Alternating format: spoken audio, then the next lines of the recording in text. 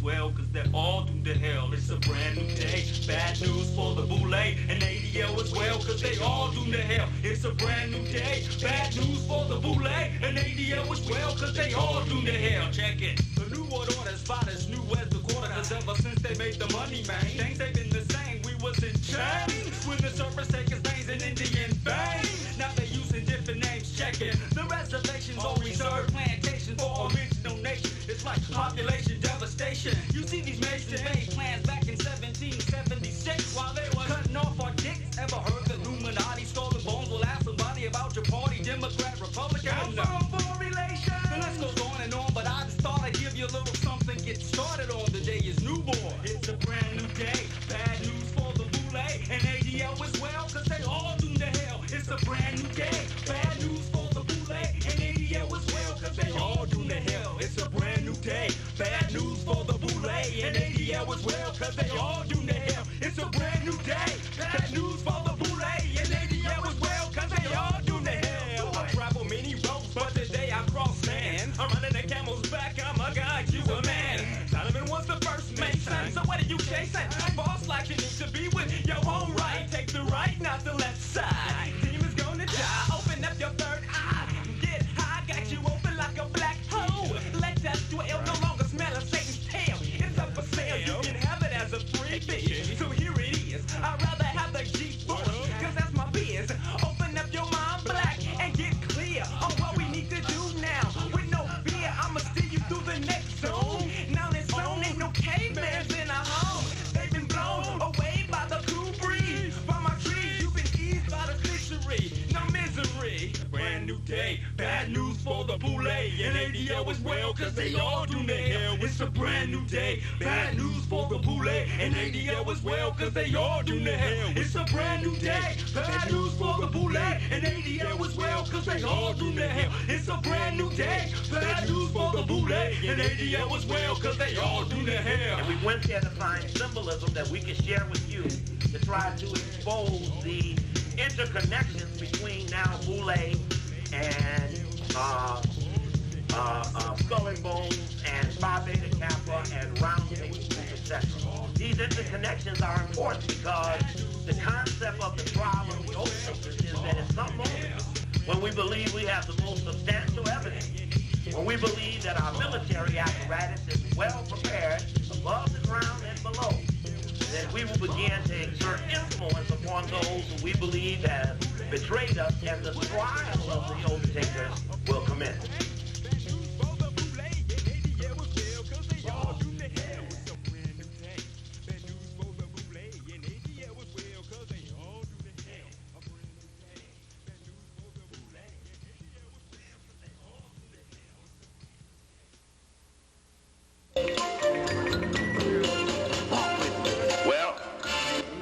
Today we asked the people, did they want to know about the intelligence community that compromises their future?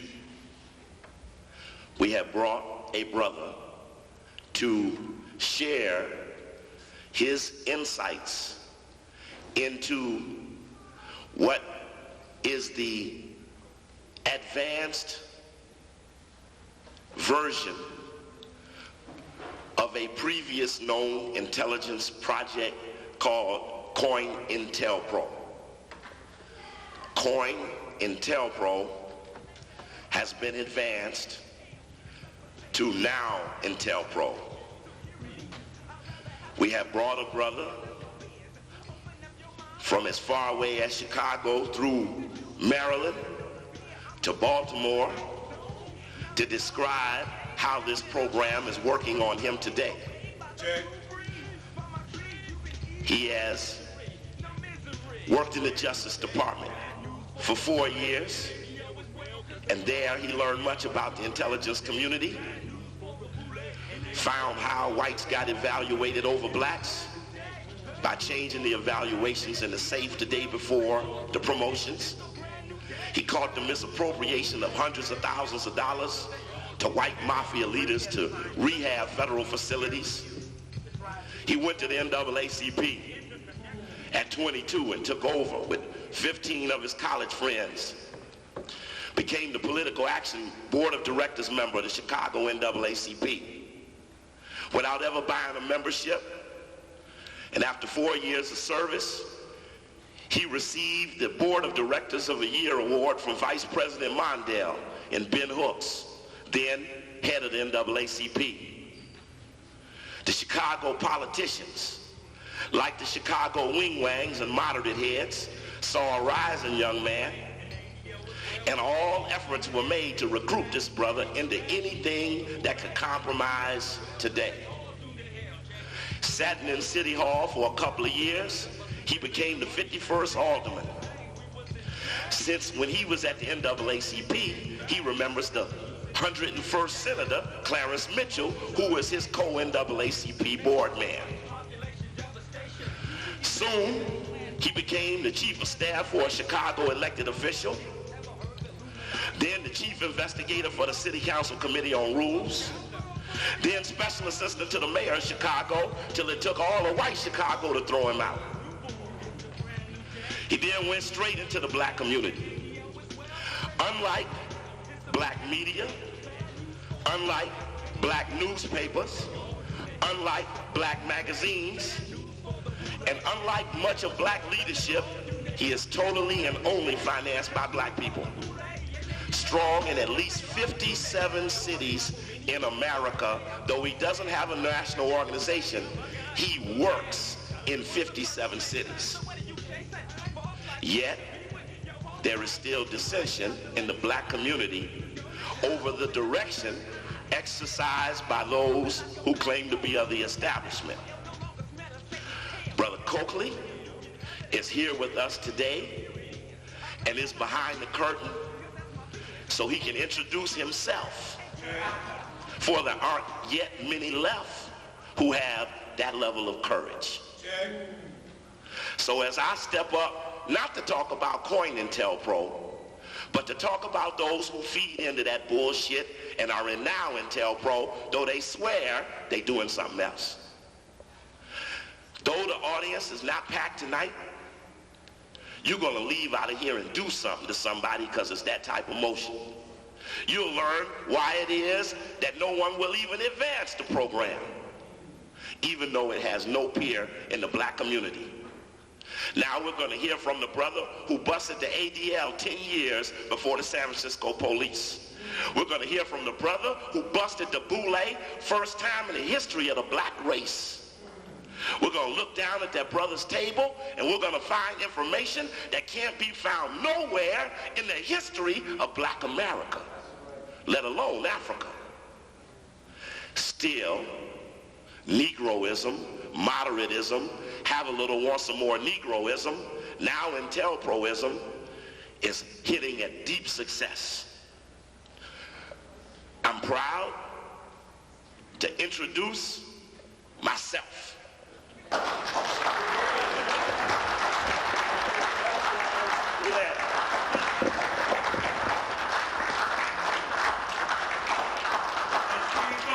Show you right, live and uncensored, from the very beginning. You might not understand why I would do it like that, but at least that would get you in the mood that I'm in. I've been pretty ill this week. Brother Khaled was in town, and though I got myself on his program so I could back him up and stood up against the ADL, and I just really been doing more than my share. So I've been in the bed last couple of days, so I'm even glad to be up and about.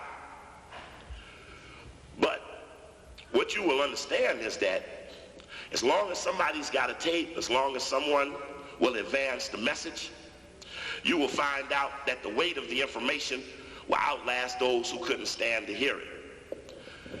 If you promote in the black community, it's very likely that you would understand that nothing could disappoint you, because in dealing with African people, one thing, or even with humans, you'll learn is you're bound to be disappointed.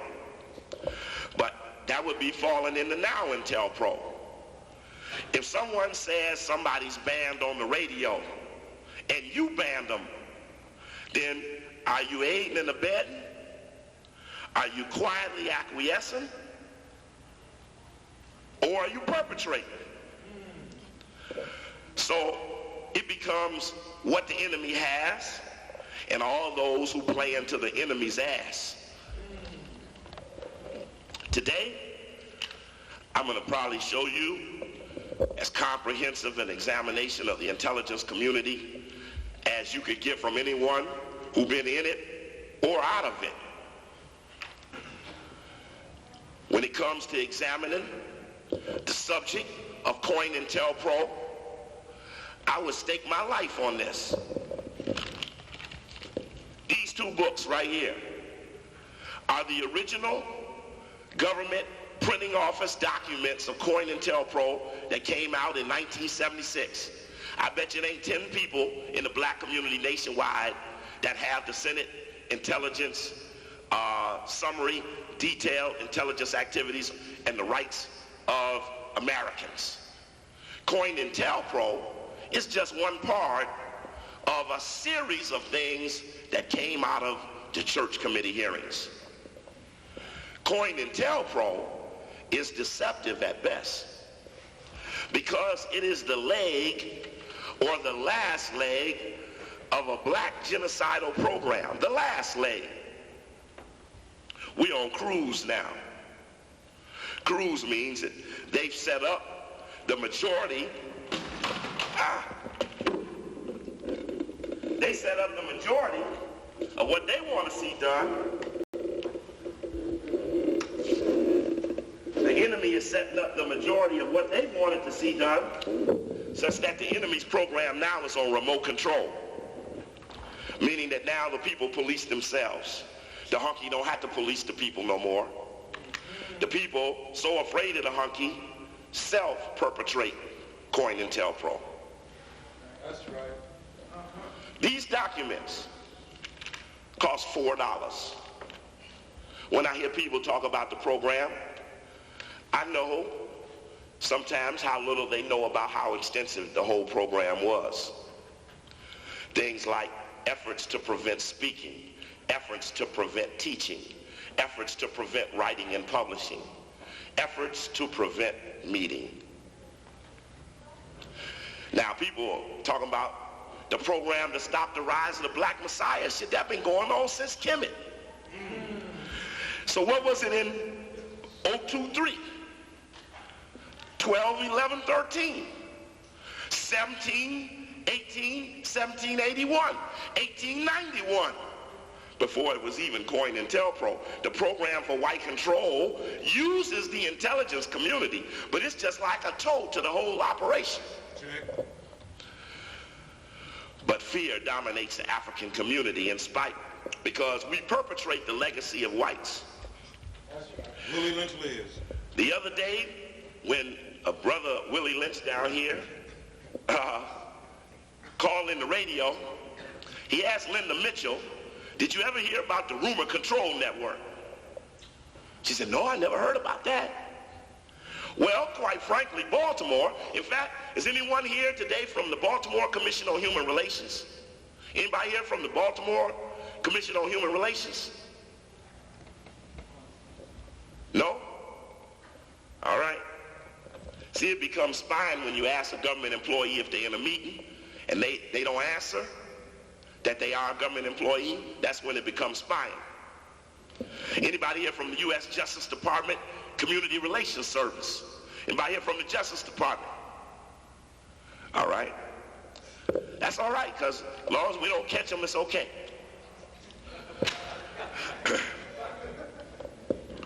One of the great things about how Cointelpro got revealed, part of it, was that people broke into some offices. They broke into some offices while some people had tipped away. And when they broke into the FBI offices, they found what? The names. One of the names they found in Media, Pennsylvania was Julius Butler. We're still jamming Julius Butler right now. 1997, Johnny Cochran is trying to bust FBI informant Julius Butler to get Geronimo Pratt out of jail. But that got taken not because people obeyed censorship, not because people stopped at red lights, not because people perpetrated the fear of people weaker than them, It's because somebody took it upon themselves to break into an office in the name of justice. And you know, in the name of justice, you liable to have to do some shit tougher than that. But if you won't even do that, it's not likely justice even going to turn the corner. You're going to be at Plymouth looking for justice. And all you're going to see is horses going around track. Next race, go around the same track. 10 years later, they still around the same track. So I'm waiting for justice. Seen a horse named Justice? I said, nah, man. One named Crime, one named Democracy. Now, this doesn't sound like a devil's playground.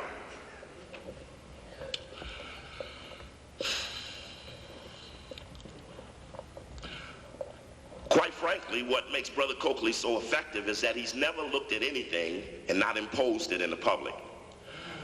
It's unfortunate that Tyrone Powers isn't here today with me, because one of the things that really would have made everyone want to come, say, all my friends want to come tomorrow to see if I'm going to knock his ass out.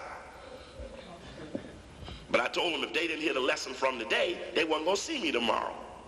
Because you don't never know what weight you can put on somebody without even touching them. That's right. And you're going to feel the weight that I drop in the room today. Principle is that one of the things you learn about the intelligence community, stopping the rise of a black messiah is one thing. Cointelpro will tell you that. But it doesn't tell you that that's based on an early warning system. An early warning system, a ring-a-ling-a-ding program, Paul Revere, I see the British coming shit. In principle, if it ain't no early warner, it can't be no analysis that compels attack. If you think Malcolm's getting too strong and you prefer someone else, then only way you get that level of feeling is your early warner or your thermometers give you that reflection. So you can't have what they did, without how they use other people to warn of here comes bold dude. Back in 1978, in fact, I guess I could just as easily show it to you. Part of how I earned this is one of the ADL reports. You want some examples of NOW-Intelpro before I get going good? What happened in Philadelphia last Monday, Operation Cool Down. In Philadelphia last Monday, a protest was going on in an area where whites be messing with blacks. But then, knowing that now the NAACP and the Urban League, they don't work like they used to. You can send them out there and they put their hands up and shit. Say, oh, slow this thing down. Now that don't work no more. Now you have to use something that looks more relevant. So in Philadelphia, last week, the people who called the protest cut it off. Even though the little people who are victimized by the hatred protested anyway. Do you know what's going on in Philadelphia today? Who's in Philadelphia today? Anybody want to raise their hand and tell me? Who's in Philly today? Every damn body, ain't it? Clinton, Colin Powell, George Bush, Jimmy Carter, every damn body's in Philly today. And if they had disruptions last Monday, it wouldn't have been no volunteerism conference today. So you have Operation Cool Down. You get someone in to diffuse the tension. And Minister Farrakhan went into an ecumenical service, and the ecumenical service was a distraction from the protests. Check. That's the fact. That's the fact. The vitality, another thing you need to pick up on. What is the relationship between the intelligence community and those members in the nation who set up Malcolm X for death? If forces incited by the Nation of Islam did the killing, if somebody hadn't set the atmosphere, the killing couldn't have never went down. I mean, without the foreplay, it ain't the sex.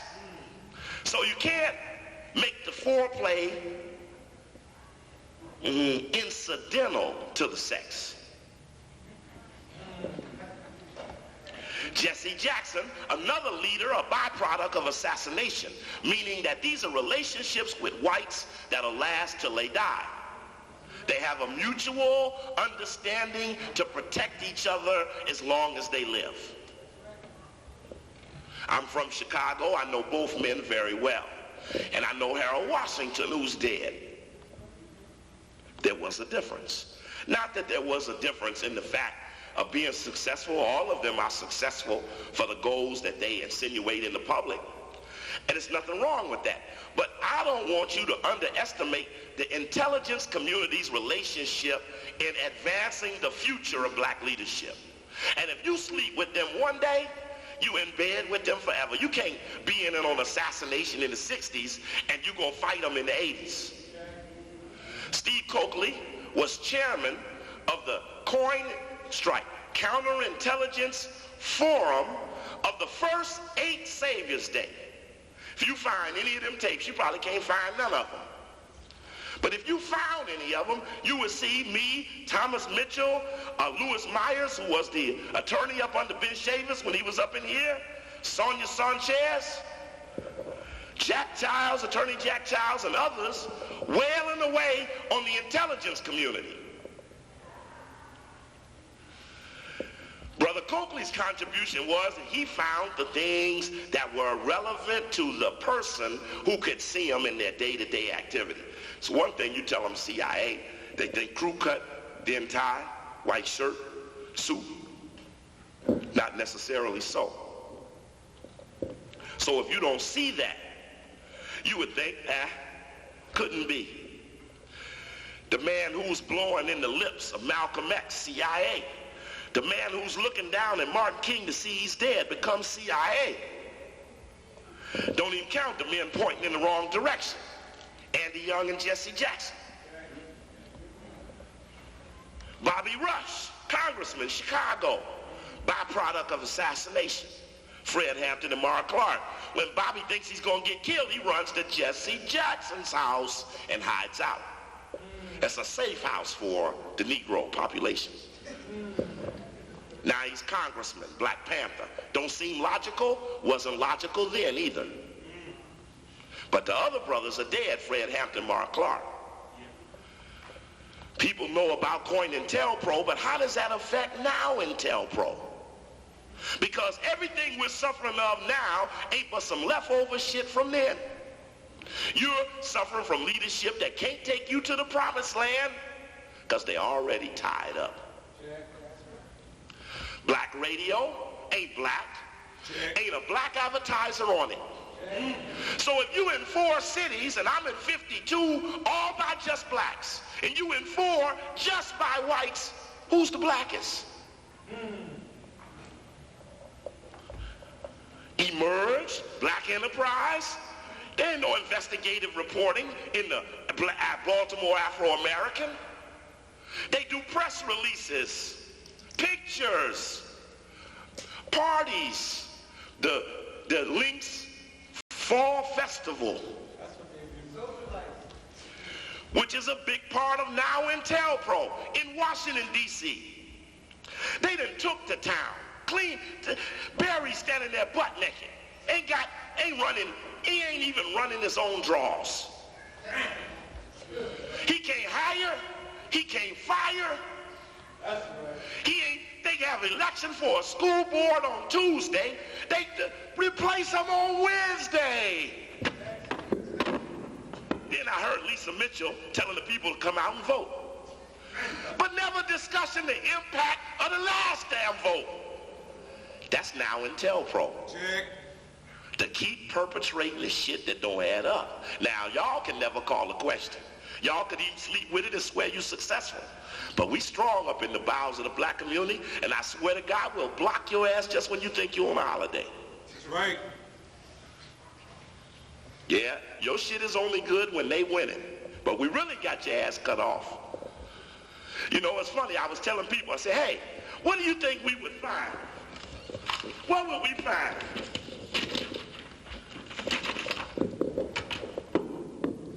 Uh-oh.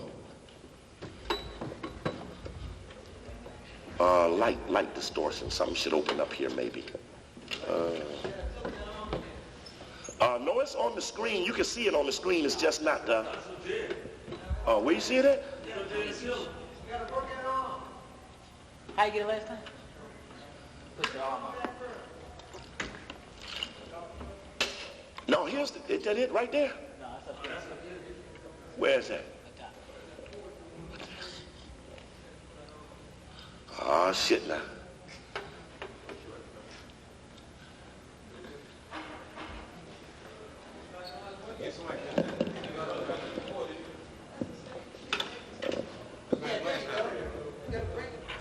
Ah, there we go.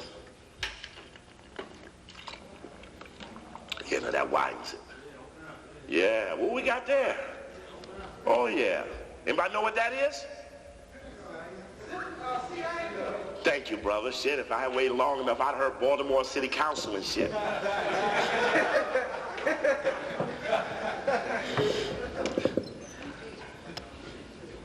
Well, it's usually the something screw should tighten that arm up. Yeah, something, maybe this goes up. Something should make it whole. Yeah, is that it? Oh, no. Oh, hold it. Oh, there we go. Thank you, sister. Show you right. Appreciate you, brother. Yeah, that's great. Which one of these rooms? Do you know CIA got a program just for historically black colleges? For professors, administrators, and students. That's all they do. In fact, right down there on that table is the CIA stuff we took off of Florida A&M, which is one of the top military intelligence schools in this country.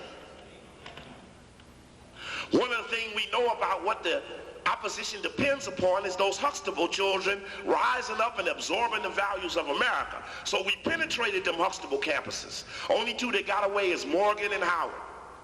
But Florida A&M, North Carolina Central, North Carolina A&T, Howard, Spelman, Atlanta U, Morris, Brown, and Clark.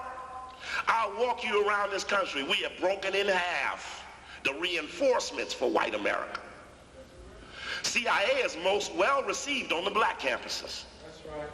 But one of these rooms is the historically black college room. Maybe it's that one. Maybe this is Baltimore. Maybe that's Washington. And I was telling my man, I said, you know, one day we're going to get in there. He said, man, that shit is impossible. Next thing you know, that damn movie came out. Dun, dun, dun, dun, dun. What was the damn movie about? Thank you. Going in the facility to get some information. Yeah. So if it can be perceived, it can be achieved, no question. But it's one of those rooms. Is CIA higher than FBI? That's an important question.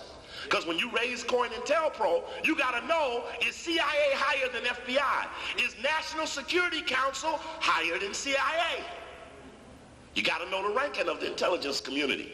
In fact, you got to really know that it ain't no one or the other.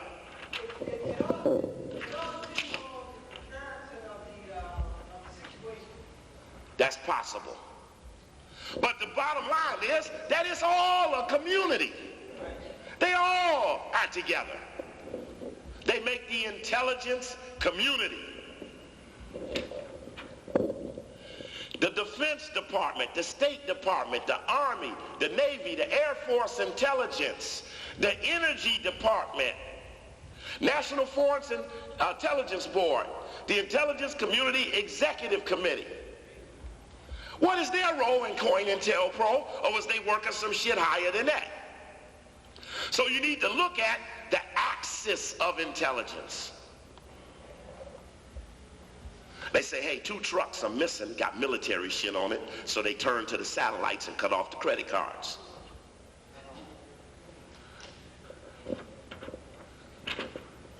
So you may have an FBI investigation using the Central Imagery Office for information. Imagery Office bring you down the satellite, run it over to the FBI. They ain't got satellites. So you can't do one without the other. If something is dead, was Cointelpro successful? That's an important question you need to consider. Was it successful? Yeah, it was. That was in 75. What they doing now? did the intelligence community evolve in a way that the people remain dumbfounded about its existence? And in many cases, scared to talk about it. Soon we're going to have a symposium on intelligence, because I see that the people even need it more than I thought. I know there's conflict avoidance, but I think people need it more than I ever thought. So that we can widen out our understanding. And I'm going to tell you what, if you don't start getting certified and knowing this shit, you're going to get knocked out of your shit. I'm going to say that again, because you end up like C. Miles, a sucker perpetrator.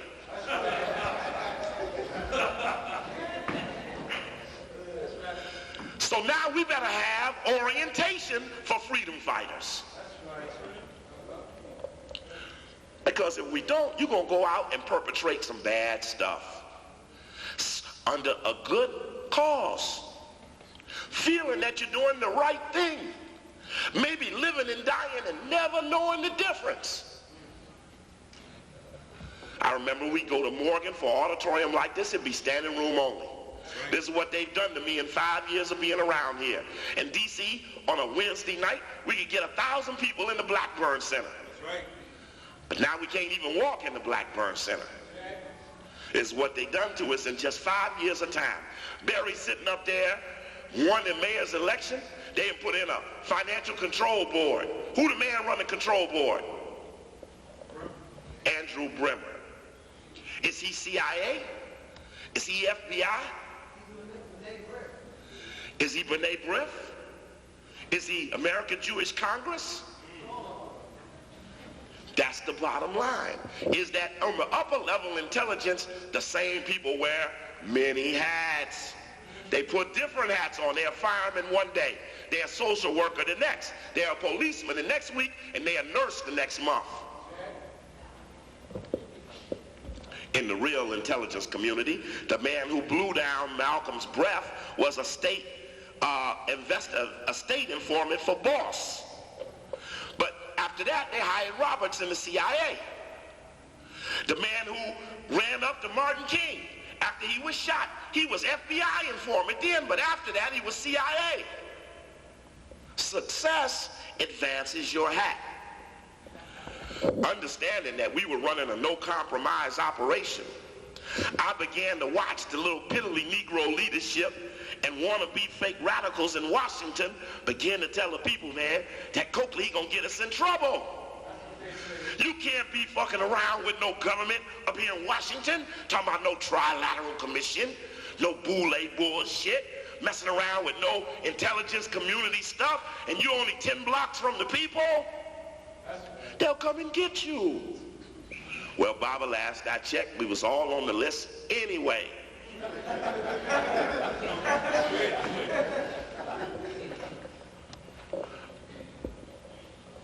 Early warning system. I brought some things up here you want to look at. The ADL file that was taken out of their offices that had the FBI files in it when they raided them in San Francisco, showing profiles of all the Nation of Islam members. The military intelligence community, a real good book on intelligence. Why? Because there's certain things about intelligence that they have not shared with the African community in a way that would make it effective against the intelligence community. And that involves the, let's see, I need one of my boxes. I need one of these, and I know I got 100 of them, but I'd be scared if I looked down in my box and didn't see it. The transparency pen. I got 100. Somebody flip that box open and see if there's one in there. It's a thick, oh, maybe I got it in my back pocket. I don't know why I ain't combed my hair in a month. There we go, I got one. Got it? Yeah, got it. Thank you, brother. This like this here, intelligence community works off of this in principle.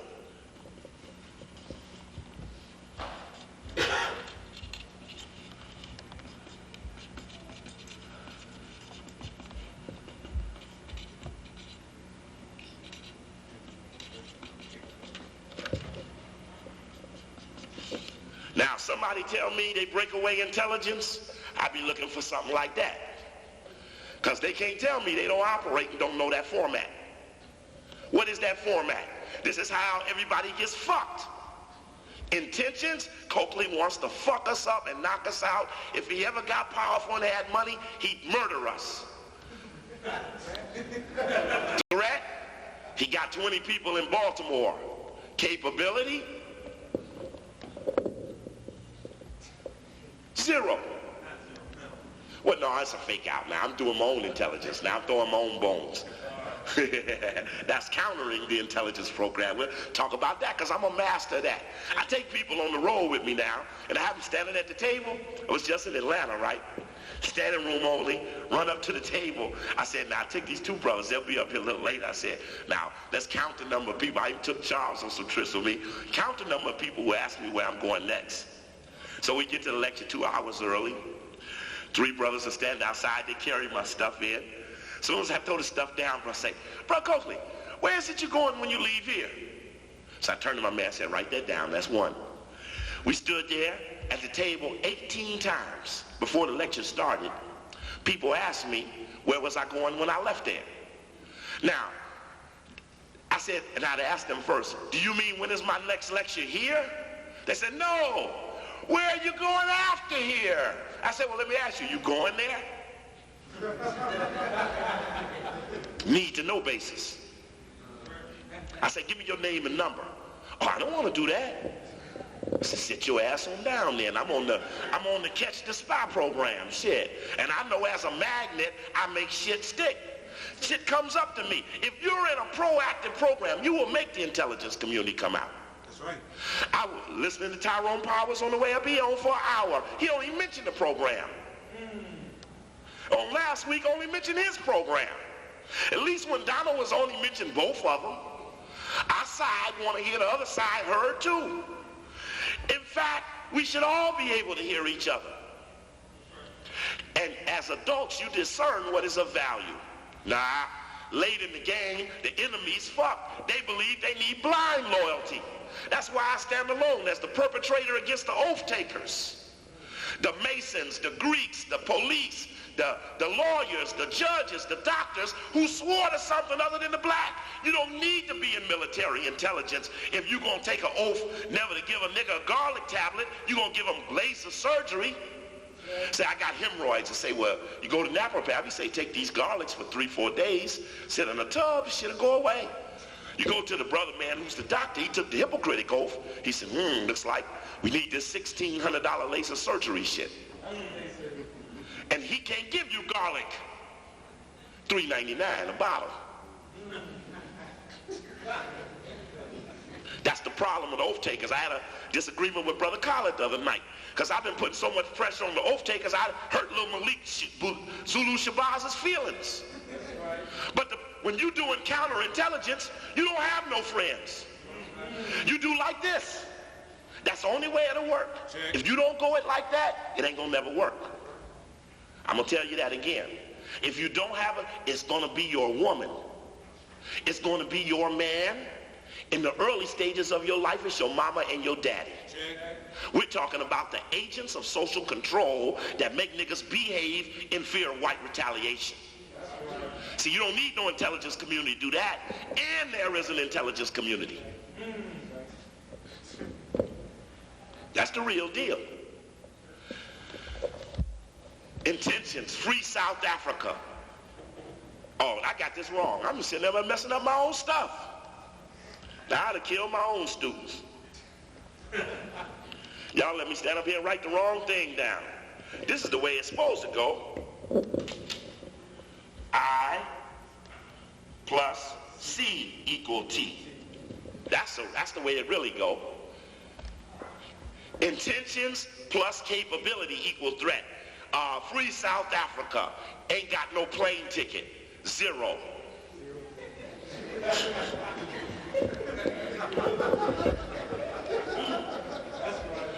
That's the intelligence. So they look up, they say, well, damn, you hear that nigga talking shit? Say, don't worry, he ain't got nothing to work with. Now that's how they work. That's called a probability scale. Write that shit down. That's the bottom line on intelligence. So the nation may be a 1 in 10. The NAACP may be a 1 in 100. The Urban League may be 1 in 1,000. How do you decide where do you send your spies based upon the highest level of probability? You understand that? Cointelpro don't say that, because that's given in intelligence. This is a version of an overt program, but it's not the foundation of it. We wiretap Martin King's phone. This is what we found in Martin King's sex life, Martin King mail intercepts, Martin King attempted suicide allegations, mailing the tapes to Martin King's wife, sending the tapes around to the government. That's how they did something. But it doesn't tell you that Martin King laying up next to Kwame Ture, sitting with the militants. Martin King was as inclusive a black leader, ain't a nigga alive now as inclusive as Martin King was. I have come to learn that.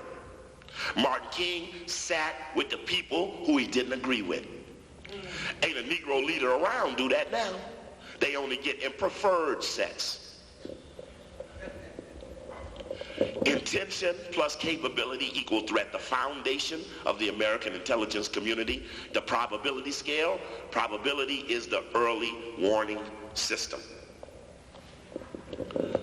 Now, you may say, well, let's see if I can find this. I need to find something for you. And I hate to put this microphone down to do it. But let's see here. Here it is. Let's get straight to what the role of the intelligence community is. See, the FBI doesn't think about fucking Martin. It is to fuck Martin. Say, kill Martin, get Martin. But who says get Martin? Well, the probability scales are turned over to somebody. In the black community, I'm gonna tell you something. I'm all over the black nation. Even them robe-wearing African talking blacks. They've been at Felicity's the last couple of weeks in D.C. In D.C., you can talk about anything except for the takeover of the fucking government. They talking about Mars. They got Hanzo going to the moon and shit. They all over the motherfucking place as long as they don't fuck with the Capitol. They can get on the radio all damn day and night, but just don't fuck with the Capitol. Don't fuck with the takeover of D.C. until we're finished. Never in the history of American politics have two chairmen of the city council died in office. John Wilson was found hung so Marion Barry could be the mayor, and then this other boy all of a sudden gets a sick degenerate disease and drops dead. Real fast. Real fast, worked on his ass so fast it had to be toxins from the CIA. Two local D.C. boys who would have resisted the takeover. Only two men who were there from the beginning of the D.C. government besides the intelligence man, Marion Barry. First thing Marion Barry did when he won the office was prove he was an intelligence officer. To get out of jail, he repudiated the black militants. First day in office. And I went all over the cities and I said, look at this. They made him repudiate Leonard Jeffries. They repudiated Coakley. He repudiated Farrakhan. He repudiated Malik Zulu Shabazz at a Ward 3 meeting, white area. Said there'll be no place for these people in my town. Then they said, you know, as an intelligence community, they know that we are the only ethnic group ever to cut itself off from its militants. Right. You ain't seen Newt Gingrich repudiate one motherfucking militia. Wouldn't one white conservative man repudiate one bomber? If he did, he'd have no backup. How you gonna go against a world power with no backup? You might not like the militants, but damn, if they fight, set them up to fight. But if you ain't no fighter, you a getter, and you cut yourself off from the fighters, your well will run dry. I know that. I've been to all, the reason I read off where I've been is to talk to all them niggas who run from me like I'm so into something that I am a product of all that they thought they wanted to be.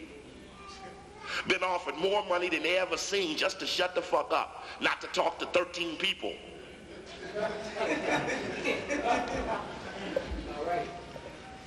And I understand that. That's all right. The odds are all right, because you know what? The only way you can upset intelligence is to be underestimated.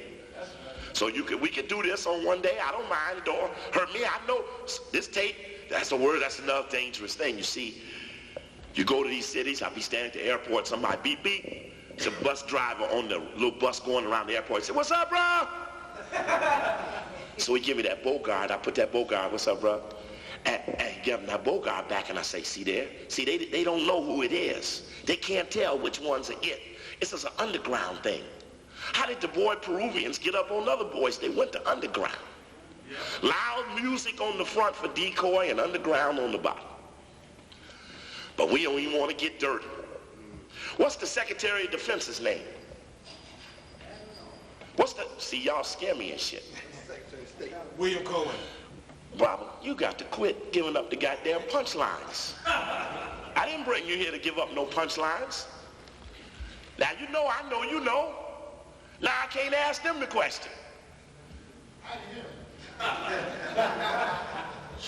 The question was, who is the Secretary of Defense? And the answer is William Cohen. Who's his wife? A black woman, right? What? Yeah, Janet Langhart. Oh! Yeah, used to be a newswoman, especially from Chicago. I'm from Chicago. She was on CBS in Chicago, Janet Langhart. And I remember when he was getting sworn in, she was rubbing him. "That's right, baby." Gore was swearing him in, and she was saying, yeah, she was doing the black thing on him. Y'all ever seen Harlem Nights? Yeah. Because we got a name for Janet Langhart, and it's called Sunshine. Yeah. Yeah. That's the counterintelligence program. Now, if you saw the Washington Weekly last week, they had her on the cover and it said, "Make things grow." She ain't even in the story. She just on the cover. That's what Sunshine does. It makes things grow. What did Sunshine do? No, what did she do in Harlem Nights? She pulled the homeboy up to do what? Give up the money. Gave up the coochie to throw him down in the bed to take him off the route. Right. Okay. Money and leave. He left his wife. Left his wife, but the main thing was to pull him off the street to let the brothers go out and take the stash, right? Okay. Y'all want to whip the intelligence program? How many of y'all willing to take an assignment to sleep with someone you don't want? To take them off to action? Y'all ready? Brother said no. That's what I call the Sadidi revolution. We want to revolve, but we don't want to do shit. We don't want to get dirty. We don't even want to go underground. Look, I got pictures of y'all having sex for no reason at all. Don't tell me you won't have it for a reason. Now come on, don't make me pull my tapes out. Y'all ready? Oh, we are mad. See, they don't want the people to hear Brother Coakley. This shit is like cancer. And I'm going to tell you, if I'm lying, the people throw me out of here. That's right. But it's too real. This reality is really going to speak. Yes, brother.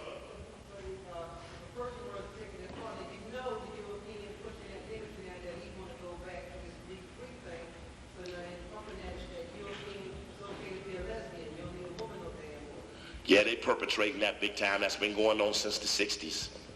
They perpetrating it on TV. As long as we don't fall for it. See, I don't mind. They beat each other upside the head and dog down each other and trash each other up. That's cool. Just as long as we pull back up off of it. That's what's important to us. Okay, let me zoom into something here. Enough of the jokes and shit. Let me get on to some serious work here. Now, one of the things I'm going to do with you before you leave out of here is I'm going to teach you something about network analysis. This is how the intelligence community sits up. Now, see, I'm going to tell you something. Somebody tell you they come out of intelligence and they don't come in here and drop you down some format. Drop you down some format. Some ways by which they do things. In fact, maybe I'll move this out of the way.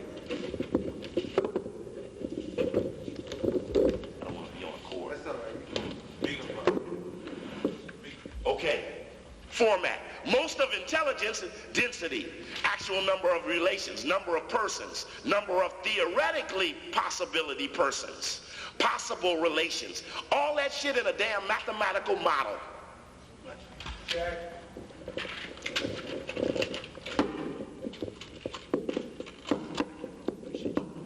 What does that mean? That means that much of intelligence is technical, Much more technical and scientific. Even an informant has to go through an computer analysis to come up with their level of reliability. But we're going to go through this about density. How you say reality speaks is person, okay, where we at here? Let me go into the model. Let me find the right one. Say, well, we'll get to this one. I don't want to go here yet. I just want to tell you, we're going to get to that before we get out of here. Because I want you to learn that. And I especially want my brothers to learn it, and sisters here in Baltimore. But I want to go first to the essence of intelligence. And the essence of intelligence makes you understand how intelligence fits in the real world. Real world intelligence says that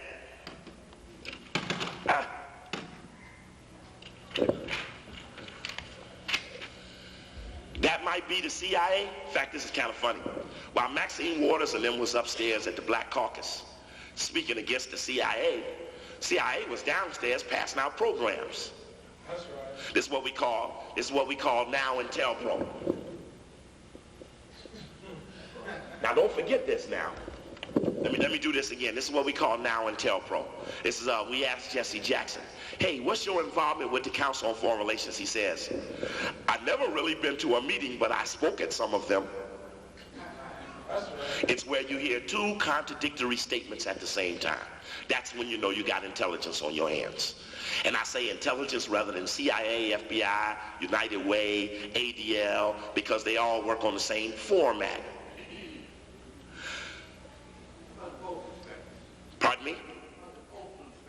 The what kind of inspector? They do what they told. They like the FBI crime lab. They'll cock up anything they need at any time they want it. At least now in this lifetime, you getting to hear Hunky say, fuck, we ain't never been worried about no facts. You want this nigga? Shit, yeah, shit say that. The key thing, I ain't heard no one say, I'm gonna bust some shit up for you big time. The biggest thing that the FBI lab did was convict that boy in Atlanta all in murders. They said that the fibers on that, but ain't one single person brought back up the fact that the FBI lab cleaned his ass beyond reason. He's supposed to be driving a car with a child in his hand, throws the child out the window while the car is moving, throws it so far out the window they throws it over the ledge of a bridge and down in the water while he's driving. He's driving with one hand. He throws the person out the window, out and over the bridge with one hand. That's what they needed to do to convict him. He's a little guy. But look at what they did to Richard Jewell to get the people to keep going to the Olympics. That's why if you let a motherfucker stand up and tell you some shit about me, don't wait 10 years to find out they was liars. That's right.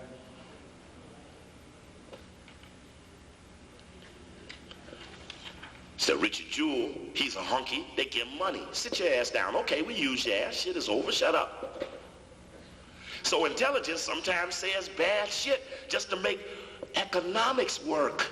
Economics was more important than the sister's death. That's right. When I was down in Atlanta, they kept associating that Freaknik was coming up at the same time as the Oklahoma bombing. And I warned them kids, you know what we did? And I'll show you the flyers. We put flyers all out down and said, look, hunkies, fuck with one of these blacks and we gonna come on your ass up through Stone Mountain. You will never forget the 80,000 of us that went up there looking for you. I'm gonna show you another Operation Cool Down. 300,000 people in the middle of New York. Winnie Mandela's about to come up and speak. A strange note shows up, don't even know from where to this day. Winnie Mandela cannot speak. With 300,000 people there to back her up, they stand there and hold her hand up in the public and put it down. And have some strange man read some shit off a paper saying that was her speech. But these supposed to be the baddest blacks you ever had. But 300,000 ain't enough to back up a sister. And then Mandela over there giving amnesty to every hunky, kill Steve Biko. So how you gonna give amnesty to the murderers of Biko and lock your ex-wife up for speaking in America? That's NOW-Intelpro.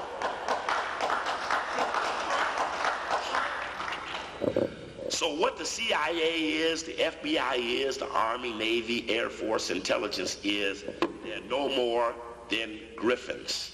You know what a griffin is, don't you? Excuse me. I wish I had something to be said in this song. A griffin is a guardian animal. A griffin is a guardian animal. No different than this. What is this?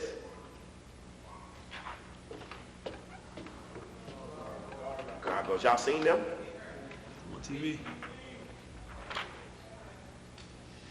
Huh? Oh, no, you don't have to do that, Bob. I'll be all right. Yeah, I'm okay. I'll be all right. No problem. I appreciate you. This is a list of gargoyles. They hang on where? The building. They hang on the edge of buildings. What do? Protect the building. They even got a cartoon that implicate the children. They have psych-ops. The children, psych-opt, psychological operations. They have put on the children to let them accept. One day I saw the gargoyles, somebody sent me a tape. The gargoyles, they watched some shit good enough, they made them Illuminati. What kind of stuff is this? So we're going to look up, and you got to know that intelligence is no more than a guardian animal. It's not the main man.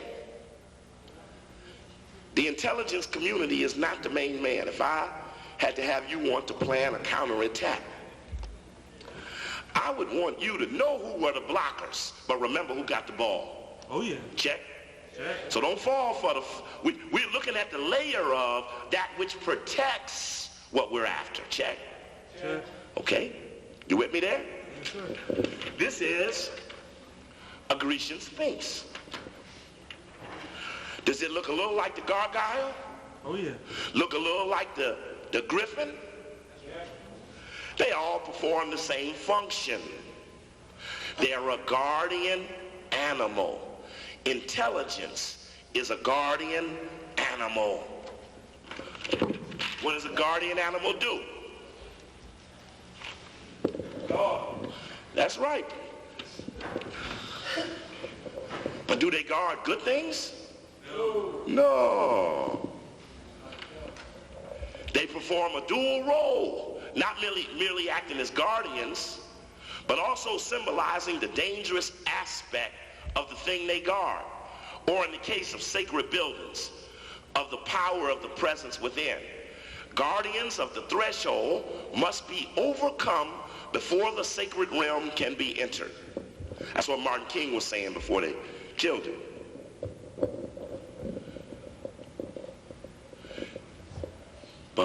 You can read into there.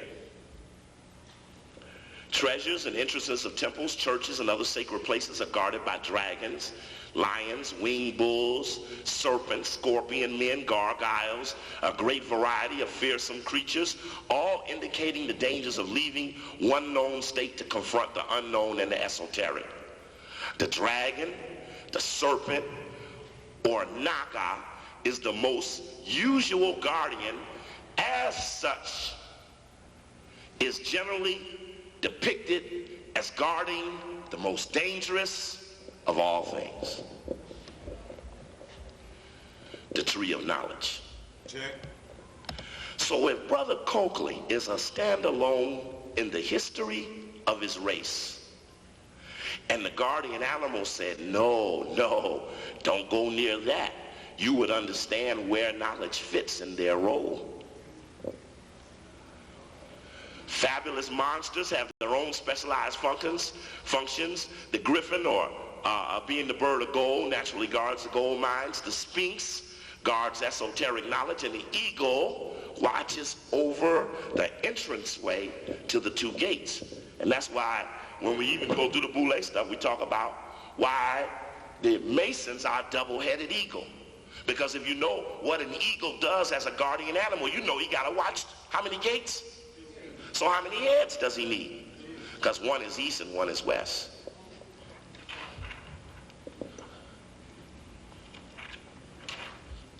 Now, what about military intelligence? Oh, here, let's go.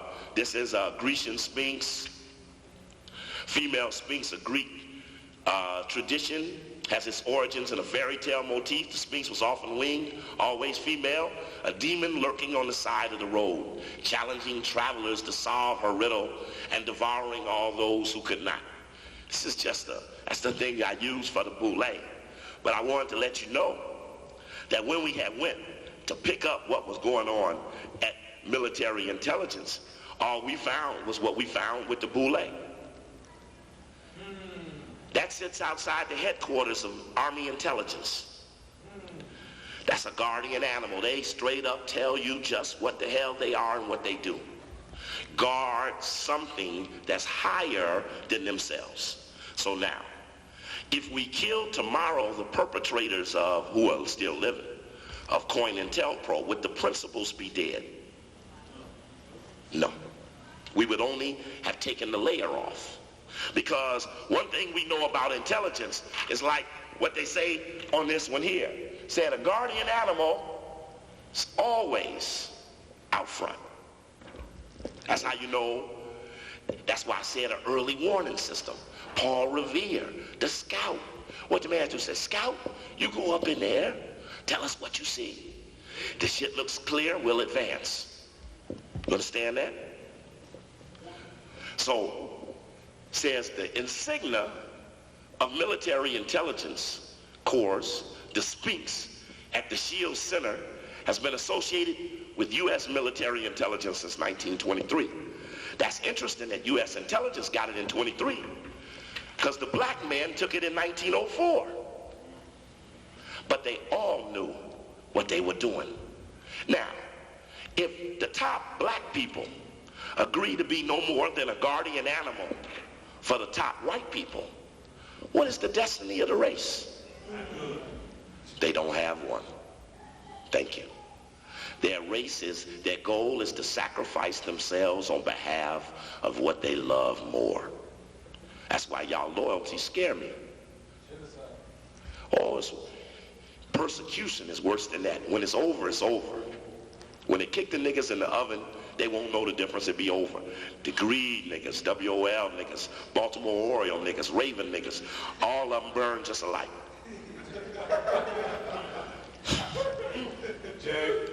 At that point, it'll be too late. Now, when you got a dog, what do you put on a dog's neck? And what's on the dog's collar? There you go, Baba. You don't put the dog's name. The damn dog tag don't say Rover. It say Mr. and Mrs. Kurt Smoke, 3211, Kiss White Folks Ass Drive.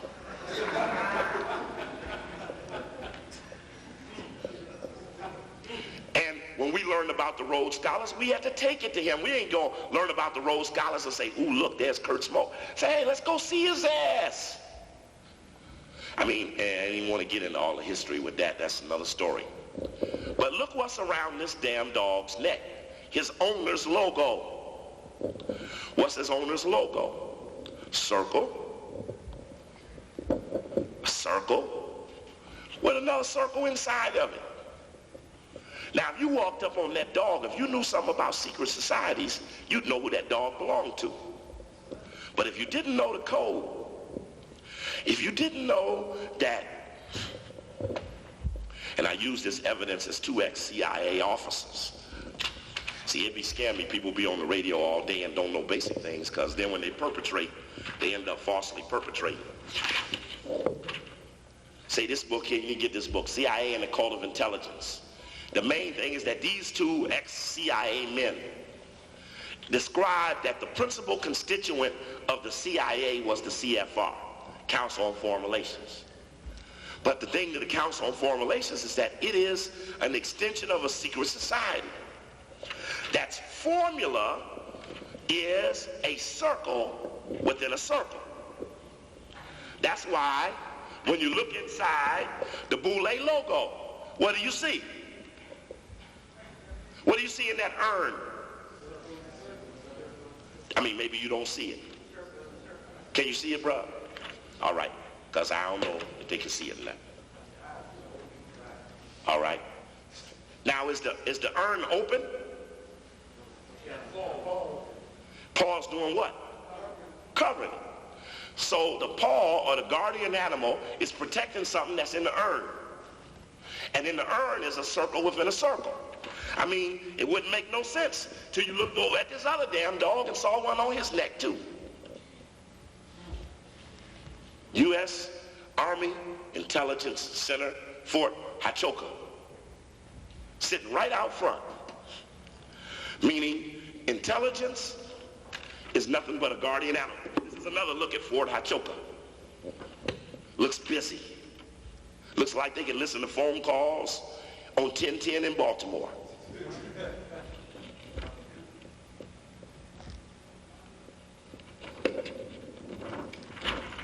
So, then you look up, see that the black men, see in this one where they tell what the paw is doing, they don't want to put something on the inside. The urn in the pen is guarded by the paw. Represents the container which will place the names of Greek citizens, mainly since you're talking about whites. You're talking about Greek citizens, white citizens, who would be chosen by lot to lead the state. So that means that they tell who they are, No. or they don't tell. Is that Cointelpro? Did you see anything in Cointelpro about stopping A5A? You see anything in Cointelpro stopping AKA? I didn't see one page. I got the whole books. I told you all, ain't 10 niggas in America got these books. I got the books. Ain't no stop the black church in here. Ain't no stop the black lawyers in here. In fact, ain't no oath takers in here. The only thing intended to attack were non-oath takers and oath takers who broke their oath, like Martin Luther King, by breaking the domestic bind and going international against the war in Vietnam and other things, where he felt frustrated and had to make change to be relevant. There ain't no program in here about breaking up black radio. That ain't on here, because all you got to do is pull back the money. Ain't no blacks financing it. But you give more credibility to that which whites bring you than that which blacks do. It's the impact of Cointelpro. That's NOW-Intelpro. So these men go in every city. They become the top blacks. We know, and Brother Donald puts this out 800 million times, about the fact that we know they're connected to the round table. I'm not even going there. And we know that Quigley tells us that the round table is the secret society of the circle within a circle. And so, again, and that's why they saying that's their planet, because pi equals round table. And my only point is, I don't mean to repeat some stuff I told you before, especially for those who just walked in. But my point at this little segment here was to remind you that intelligence is just a guardian animal. You could beat its ass all day, they'd hire a replacement tomorrow. You must make it unsafe to be a spy. Sometimes you're going to have to do the sunshine. Sometimes you're going to have to go underground. Some days you will have to kill. If you don't, you'll die. You'll go home and you'll struggle with this. You'll delay decisions and the thing will get worse. You might think it's getting better. I mean, even white boys then took it straight up. Go quietly or else. He knew this was your governor of Maryland. He knew it was in or out. There's no doubt about it. There was no doubt about it. It was in or out. But that's just for that section that I want to share with you now, to line it up in a way that we're going to go into the second half in a minute. And I'm going to try to tie some things down. Now, I listen to WOL very carefully. And I can tell you for a fact it is an agent of social control. Right. You may believe differently, and that's all right. If I ask you to prove yourself, it wouldn't take you long to run out of gas. You might feel it's all right, but you don't know it's all right.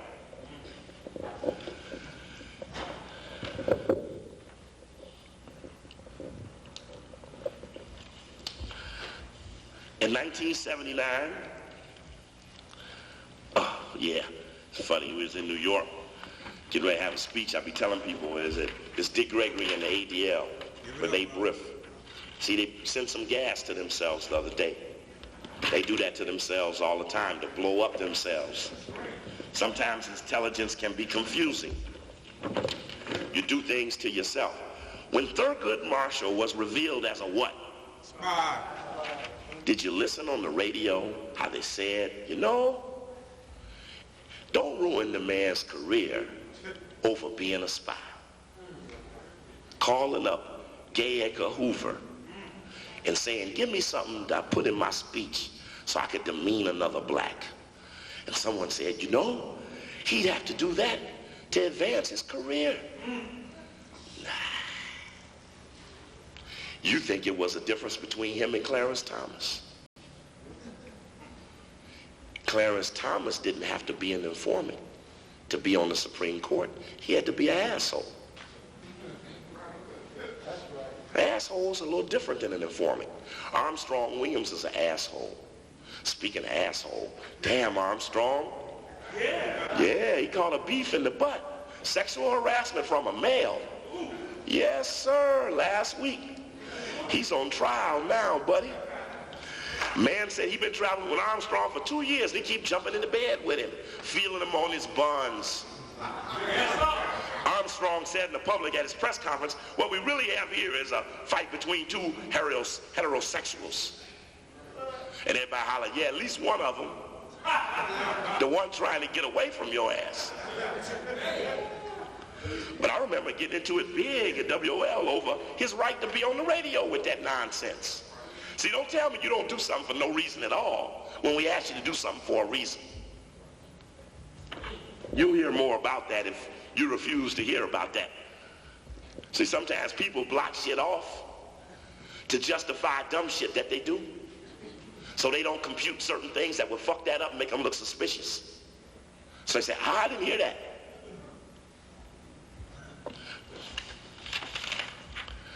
Yeah. That's all right, leave it there. I get it on the way down. Ain't nothing but paper. When Martin King went to jail in Selma, he put the letter to the Greensboro jail out. Strike. Letter from the what jail? In fact, it wasn't in Selma, it was in Birmingham. I'm all wound up.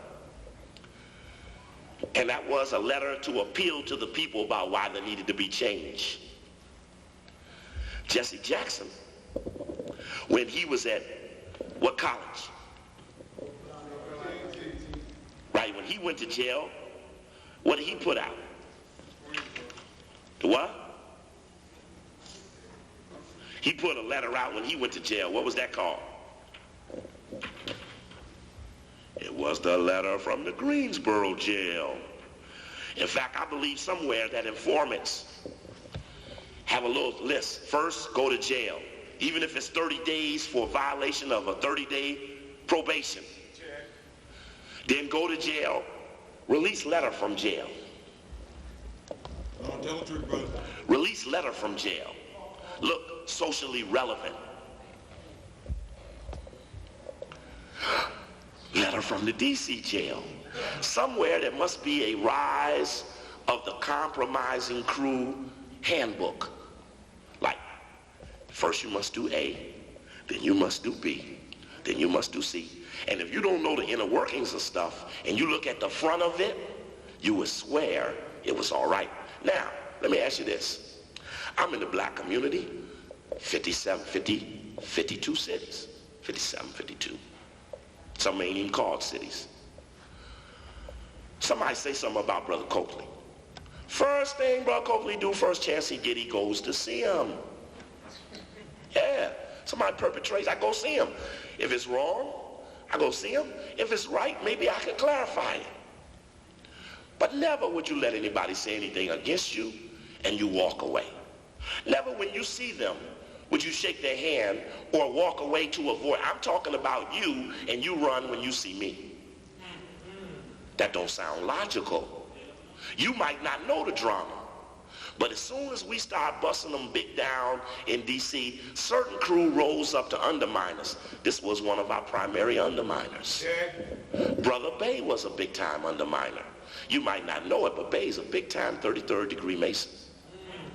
In fact, the other day they were on the radio talking about manhood. He went through a thing about not knowing which one he was some days. Yeah, that's all right. He can be anywhere. Brother Bay, guardian animal. Q, there you go, a Q and a big-time Mason. And when the Masons were helping me decode the Mason stuff, because I didn't even know it, he came and warned them that they would cut their tongues off, and the boys never came back.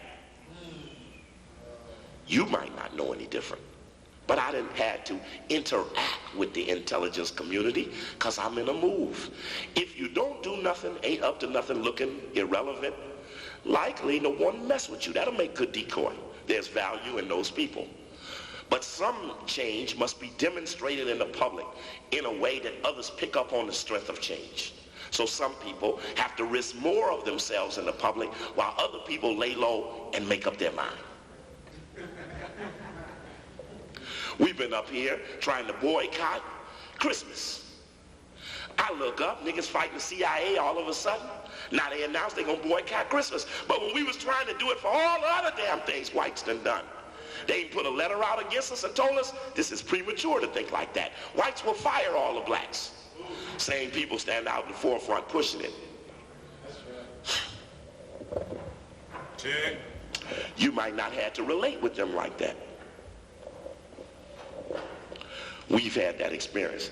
If you ever see any of these people I'm talking about, you tell them Coakley said, get a room full of your own friends. I'll walk in the lion's den with just these little pieces of paper.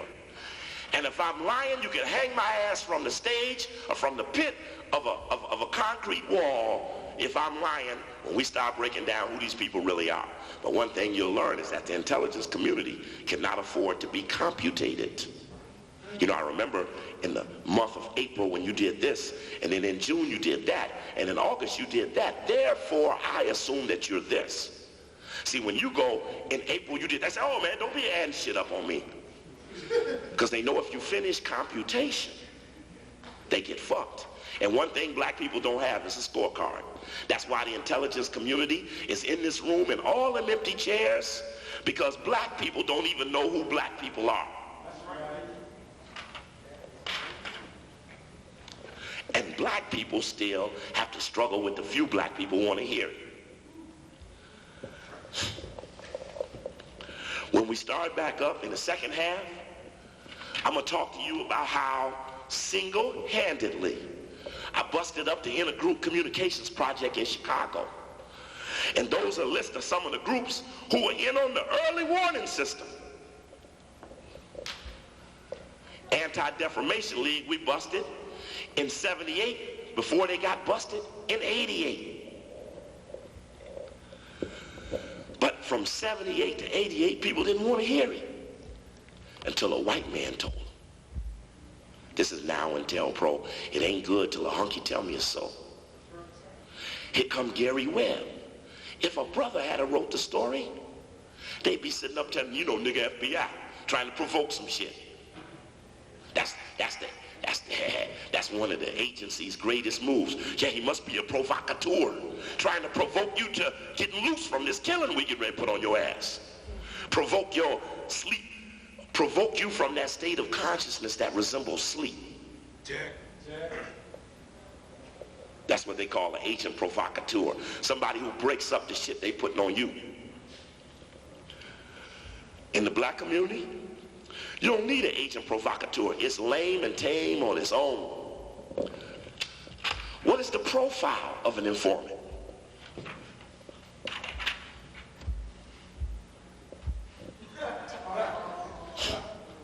Check. I got a file over here on the Boule and military intelligence since 1919. The story the Memphis Commercial Appeal wouldn't even touch. These relationships with these entities are historic. People still go to the entities for respect, still disrespect those who brought it up. One day, you'll be so proud of me that when I come to this town and you bring me, you will stand up here and proudly introduce me to the people who you brought me to here. Check. Tell the truth, brother. Right now, you might not feel it's safe enough. I ain't never been but 2 places in my life that the people who brought me wouldn't introduce me. One, I went to Hampton University to a little black study group. We got to the campus. They said, man, look, President Harvey said he ain't gonna certify us as a black organization unless we don't let you on the campus. I said, the nigga, you got to give up the black. You can be the Negro organization. I'm going on this campus and throwing down. And Tim Wells introduced me down in Hampton. And one day I'm gonna be proud enough for you to stand up and introduce me here. We're gonna break for intermission. There's some food out there, there's vendors out there. I got tapes and things of my own down here. There's a flyer right there, the mysterious deaths. Yeah, Charles, see that Kennedy head? Hand me that right there, Kennedy head. Yeah, hand me that, because they don't understand why niggas are scared of these people. That's why, you see that? That's the back of Kennedy's head being put on by a hook after they blew off the white boy's head. See, the people we're going against, they do whatever they want, whenever they want to do that. We want to vote, we want to march, we got all these other things that take a long time for justice. But you got to know the role death plays in the intelligence community. Because when hey look, if the place was packed, let's go back. There's a tape over here that I interviewed Khalid Muhammad Tuesday night. Ugh, I get the chills every time I talk about this. The anniversary of Khalid being attempted assassinated is May 30th of next month, 94. It'll be 3 years. And Khalid Muhammad was packing them in. Everywhere he went, from the King College speech. The way the intelligence community worked, they lifted up his profile that the House and the Senate debated the resolutions to condemn him. The Senate Intelligence Community, Senate Intelligence Committee in private session approved his assassination attempt. The National Security Council approved his assassination attempt. The President of the United States signed off on it. The ADL, the JDL, the LaRoches, and elements of the nation were responsible for setting him up for it. Check. Doesn't mean that everybody was in on it, but just some elements around those days were making it sure that he would be isolated enough that when they shot him, they say, he got what he had coming, talking about that no good cracker pope. So once they lifted his profile up high enough, he's packing them in everywhere he goes. Now he's got to be killed, so I guess I'm kind of glad it ain't too crowded. Maybe this many comes, and then that many more are here to take. And I hope Reality Speaks, you had a permission to take this tape, sell it, put it anywhere. You have the character to stand up against it. You might file it. Check. 10 years from now, you might use it. But I stand up on everything I show. I stand up on everything I say. The other crew is hit and run. Sneak, low profile, hide behind things given by whites. But murder is the MO when it get deep in the game. So you got to have a murder operation. In the second half, we're going to talk about phony books on intelligence. These are what I call phony books on intelligence. Well, maybe this book ain't about intelligence, but it just don't tell me nothing about intelligence. Yeah. Reads like an affirmative action complaint. In fact, there is an intelligence section in here, something that sounds like an intelligence community. It says, this is what I think is intelligence in here. I'm going to share something with you. In fact, I got it on overhead. I'll show it straight to you. Oh, we're going to show it, Baba. One of them is Brains, Sex, and Racism in the CIA and the Escape. This is David Whitehead. And when Whitehead put this book out as the breakaway CIA agent, I brought him close enough to me to take him to New York. 3,000 people, standing room only. The boy sells and makes more than he ever made for black people in his life in one night. Thought being black was really a devastating thing. To bring him close enough to me to have the debate that I wanted with Brother Man who'll be here tomorrow. In the debate, I devastated him, showed him that he really wasn't who he thought he was. That's why I can't get him to come out with me. If I'm wrong, they'll win. But if I'm right, they're through.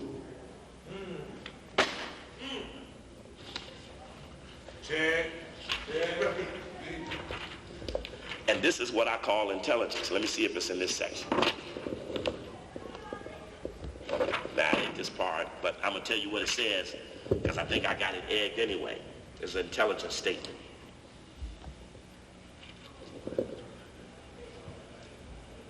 I just tell you what the statement said. I got it memorized. It said, you know, today I was being sworn in as an FBI agent. Something that most black people wish they could be. Today, Martin Luther King would be proud of me for having joined the agency that even though it was involved in his destruction, he would have been proud that I made it or something to that effect. And I done talked to Martin King, and that's a damn lie. You're stretching Martin shit real far. When you say he would want you to be an FBI, that'd be really fucked up. Ask Coretta then, before you say some shit like that. What do you base that shit on? Or you just saying shit? Because I catch you saying shit 2-3 times. Now we've introduced the possibility that you're subjective rather than objective. And that's when the shit'll start. We'll break for intermission. I know it's food and a lot of things around in the back. And I'll be down front. Don't ask me a lot of questions during the break because my throat is a little tired. I want to rearrange my stuff. I'm going to move on some of my information. Oh, but let me just tell you this too. There's a couple of those college videos up there. There's a tape up there, the conspiracy to say it's no conspiracy. There's tapes up there on the other side of Coakley. How did I get started? What's my history? In Atlanta, I spent 4.5 hours telling my life story because you need to know that. Where did the brother come from that stands like he's standing to say what he's saying? They would rather run from me than stand up to me. You need to know, because you may see yourself in there. It didn't take a whole lot. In fact, I don't have no car, I ain't got no house, I ain't got but a few clothes, got holes in my shoes. But this shit got much weight. And maybe we ought to invest in that which means much and secondarize some of the things that mean lesser. But that's another story. That's only if you choose to. Anyway, I'll see you after the break.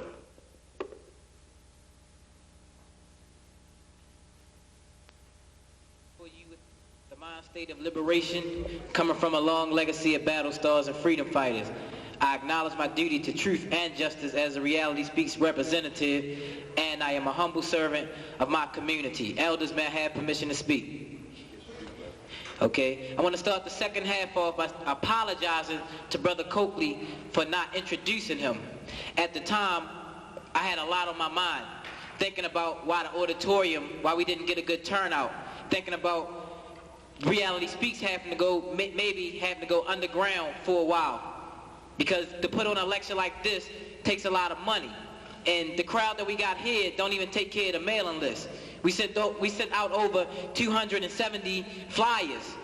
And ain't nobody here, you know what I'm saying?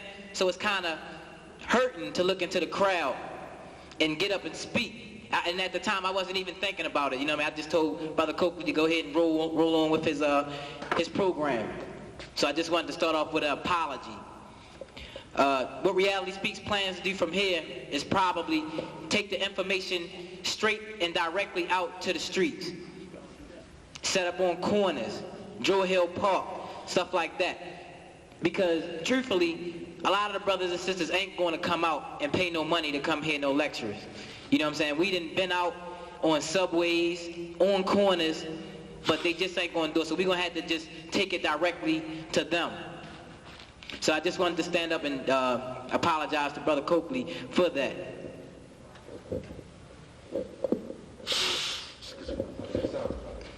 Yeah, peace. We also would like to thank everybody who did come out and faithfully support Reality Speaks, and even those who didn't make it today. We appreciate all types of support. The main thing what we want to do is the will of the Most High. And we want to do what the people need and what the people want. And so if we got to go underground and get the message out, then so be it. Because we're not benefiting from this. It's for everybody. And so we would like to take some donations and ask you to help offset some of these expenses, if you will. Maybe we can pass around one of these boxes or something. Is it okay to use one of your boxes, brother? Yeah, shit, my box got a nice little crease in it. Right. And I would want to say is that the danger to promotion is that you come first. Many times I'm in the black community, and one thing I appreciate about Reality Speaks is that... I got it. All right. I hope it's something bigger than that, Baba. But when you're in promotion, you throw down first. You throw down for the hall, you throw down for the flyers. You have to do a lot of things before people even show. So we can't let promoters be killed off, because in all these cities, the promoters are dwindling away as the NOW-Intelpro scares away the flock. You can't say the people don't need the info. So we got to make sure promoters don't get hurt, and it'll probably be that the donation will never cover all the hole, but I would hope you could do the best you could, check, cash, anything you could to help them offset their expenses. I would appreciate it. And also, make sure, you know, we have a series of tapes out there in the lobby that you could get for information, to further your education, and make sure that you use this information for the benefit of our people. Don't let it go to waste. Don't let no efforts of the lecturers that we bring to you, don't let their efforts be in vain. We owe it to the sacrifice that a lot of our people make to get us this information to do something positive with it. So we're going to give the floor to Brother Coakley, and we like to thank the brother, and we still apologize. I appreciate you, Baba. Peace. While I pick up the last paper, brother gonna set me up again. It's a brand new day. Bad news for the bootleg and ADL as well, cause they're all due to hell. It's a brand new day. Bad news for the bootleg and ADL as well, cause they all due to hell. It's a brand new day. Bad news for the bootleg and ADL as well, cause they all due to hell. Check it. The new order is about as new as the corner, cause ever since they made the money back, things have been the same. We wasn't changed when the surface takers things in Indian banks. Now they're using different names. Check it. The reservations on reserve plantations for rich donation. It's like population devastation. You see these Mason City plans back in 1776 while they were cutting off our dicks. Ever heard of Illuminati? Stole the bones will ask somebody about your party, Democrat, Republican. I'm for relation. The list goes on and on, but I just thought I'd give you a little something. Get started on the day is newborn. It's a brand new day. Bad news for the bootleg and ADL as well, cause they all due to hell. It's a brand new day. Bad news for the bootleg and ADL as well, cause they all due to hell. It's a brand new day. Bad news for the bootleg and ADL as well, cause they all due to hell. It's a brand new day. Bad news for the bootleg and ADL as well, cause they all due to hell. I travel many roads, but today I cross sands. I'm running the camel's back, I'm a god, you a man. It was the first Mason, so what are you chasing?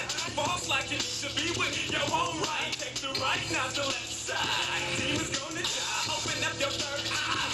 Get high, got you open like a black hole. Let that dwell, no longer smell a Satan's tail. It's up for sale, you can have it as a free thing. So here it is, I'd rather have the Jeep, cause that's my biz. Open up your mind black and get clear.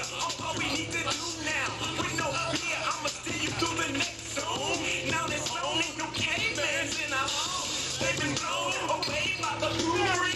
By the trees, by the fishery. No misery. Brand new day, bad news for the bootleg and ADL as well, cause they all do to hell. It's a brand new day, bad news for the bootleg and ADL as well, cause they all do to hell. It's a brand new day, bad news for the bootleg and ADL as well, cause they all do to hell. It's a brand new day, bad for the bootleg and ADL as well, cause they all do to hell. And we went there to find symbolism that we can share with you to try to expose the interconnections between now bootleg and Skull and Bones and Bob Kappa and rounding, etc. These interconnections are important because the concept of the trial of the ocean is that at some moment, when we believe we have the most substantial evidence, when we believe that our military apparatus is well prepared above the ground and below, then we will begin to exert influence upon those who we believe have betrayed us, and the trial of the oath takers will commence.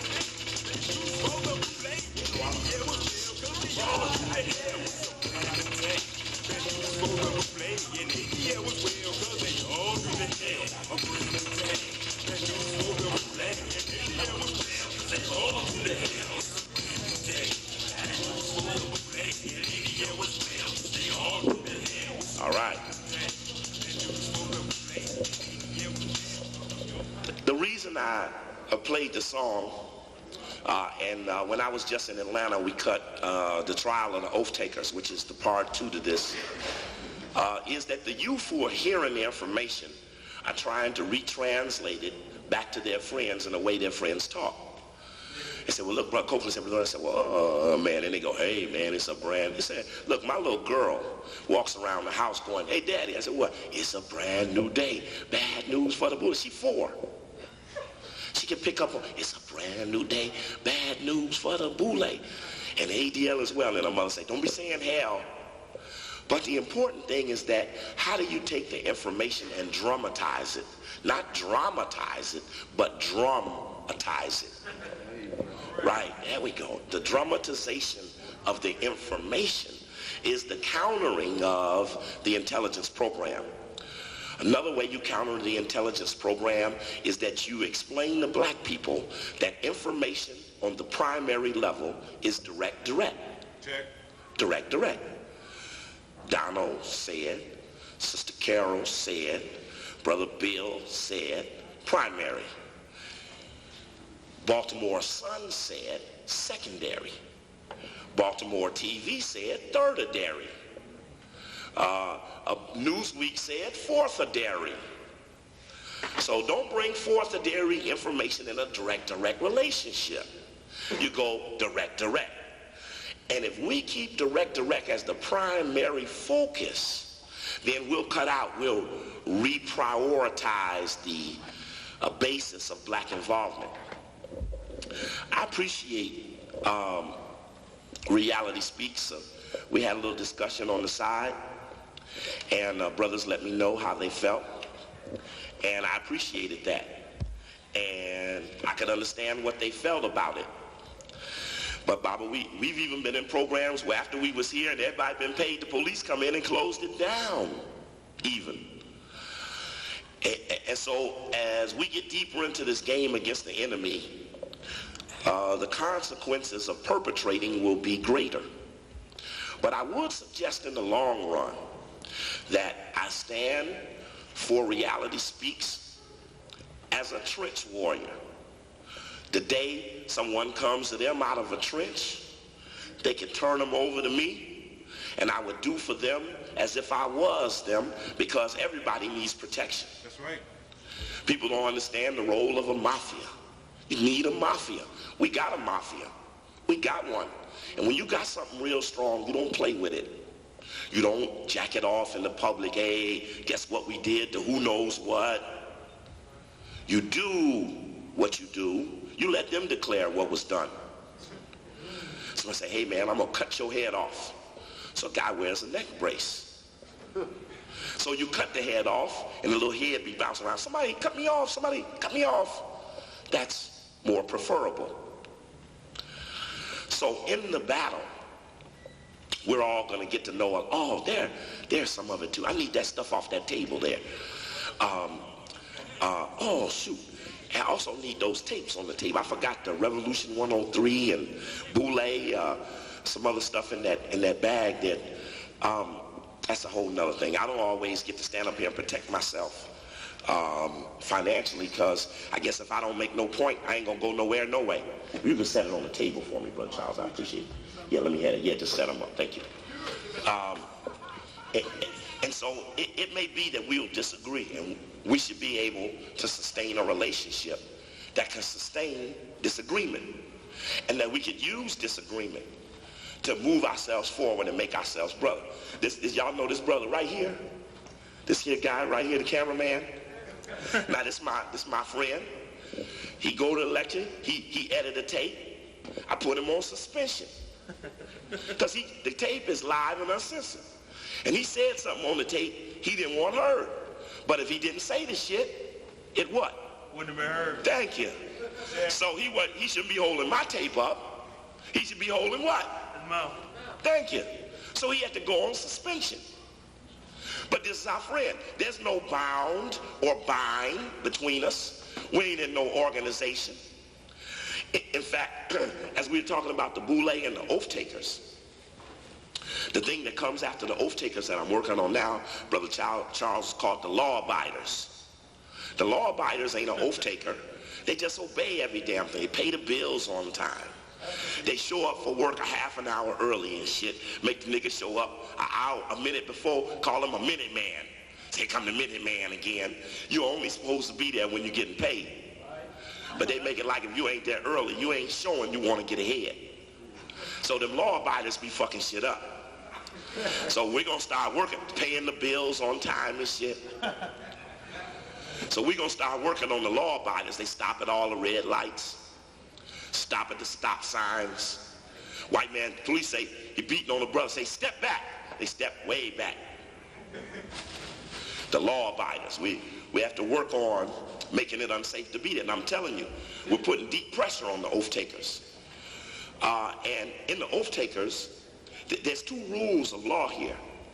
When you're a weaker man and you have a weak alliance, you need blind loyalty. One of the things I've showed to you all in the past on the oath takers tape is the Masonic ritual. They take you through, they put the blindfold on the person, they walk them around an altar, and then they shake them up. They say, will you reveal the secrets of a master mason? And his mentor says, my life, but not the secrets. Then die. And they reenact his death. Then they walk him around. They do it 3 times. But he's blindfolded. When you're on a Greek line, you're a neophyte. You do what? Exactly and only what you're told. Now, the oath takers have this problem. An oath taker never pledged to be righteous, which is why they appeal to blind loyalty. Because in a crunch, when shit get bad, they're going to ask you to do shit that's literally unbelievable. So they set you up with this blind thing because blindly you accept their leadership. In the book I used, The Other Side of Coakley, I talked deeply about the book. First time I ever took my little personal book and read it out into a lecture. A Light on the Path. In fact, I'm going to make a copy for my brother's Reality Speaks. Light on the Path. First time I ever read this into a lecture. Because brother stood at the end of a lecture. We was in Atlanta April 1st, 2nd. And he said, Bro Coakley, you up here talking all this shit about the oath takers. Look over there. It was an ex-police officer standing there. Last time I was there, he was a Morris Brown policeman, which one of the colleges. When I come back, he had been fired. It really, he was too black. So he said, there's an oath taker over there. The brother that had signed out for the room was an Omega. He said, if you're against the oath takers, why are you standing with those men? I said, it's real simple, brother. Because they were oath takers before I met them. And what brother would I be if I held against them something for information that they didn't have? That's right. Now I'm asking something from a human that a human can't give, and that's perfection. So why would I not want to accept what a man does about what he learns in spite of the fact it might hurt what he is? That's profound. That's what we call deep penetration. So I go to University of West Virginia, the biggest school in West Virginia, in Morgantown. The Sigmas brought me there. Cornell University, one of the top of the Eastern elite. The Omegas brought me there, and the Alphas. Why would they do it if it ain't them? Because learning the knowledge was more important to them than holding me back. And they would rather share something that they felt had value than to ostracize me and work against the information once they learned it to be true. These are deep penetrations. The Boule recently came to Maryland and tried to have a meeting with me.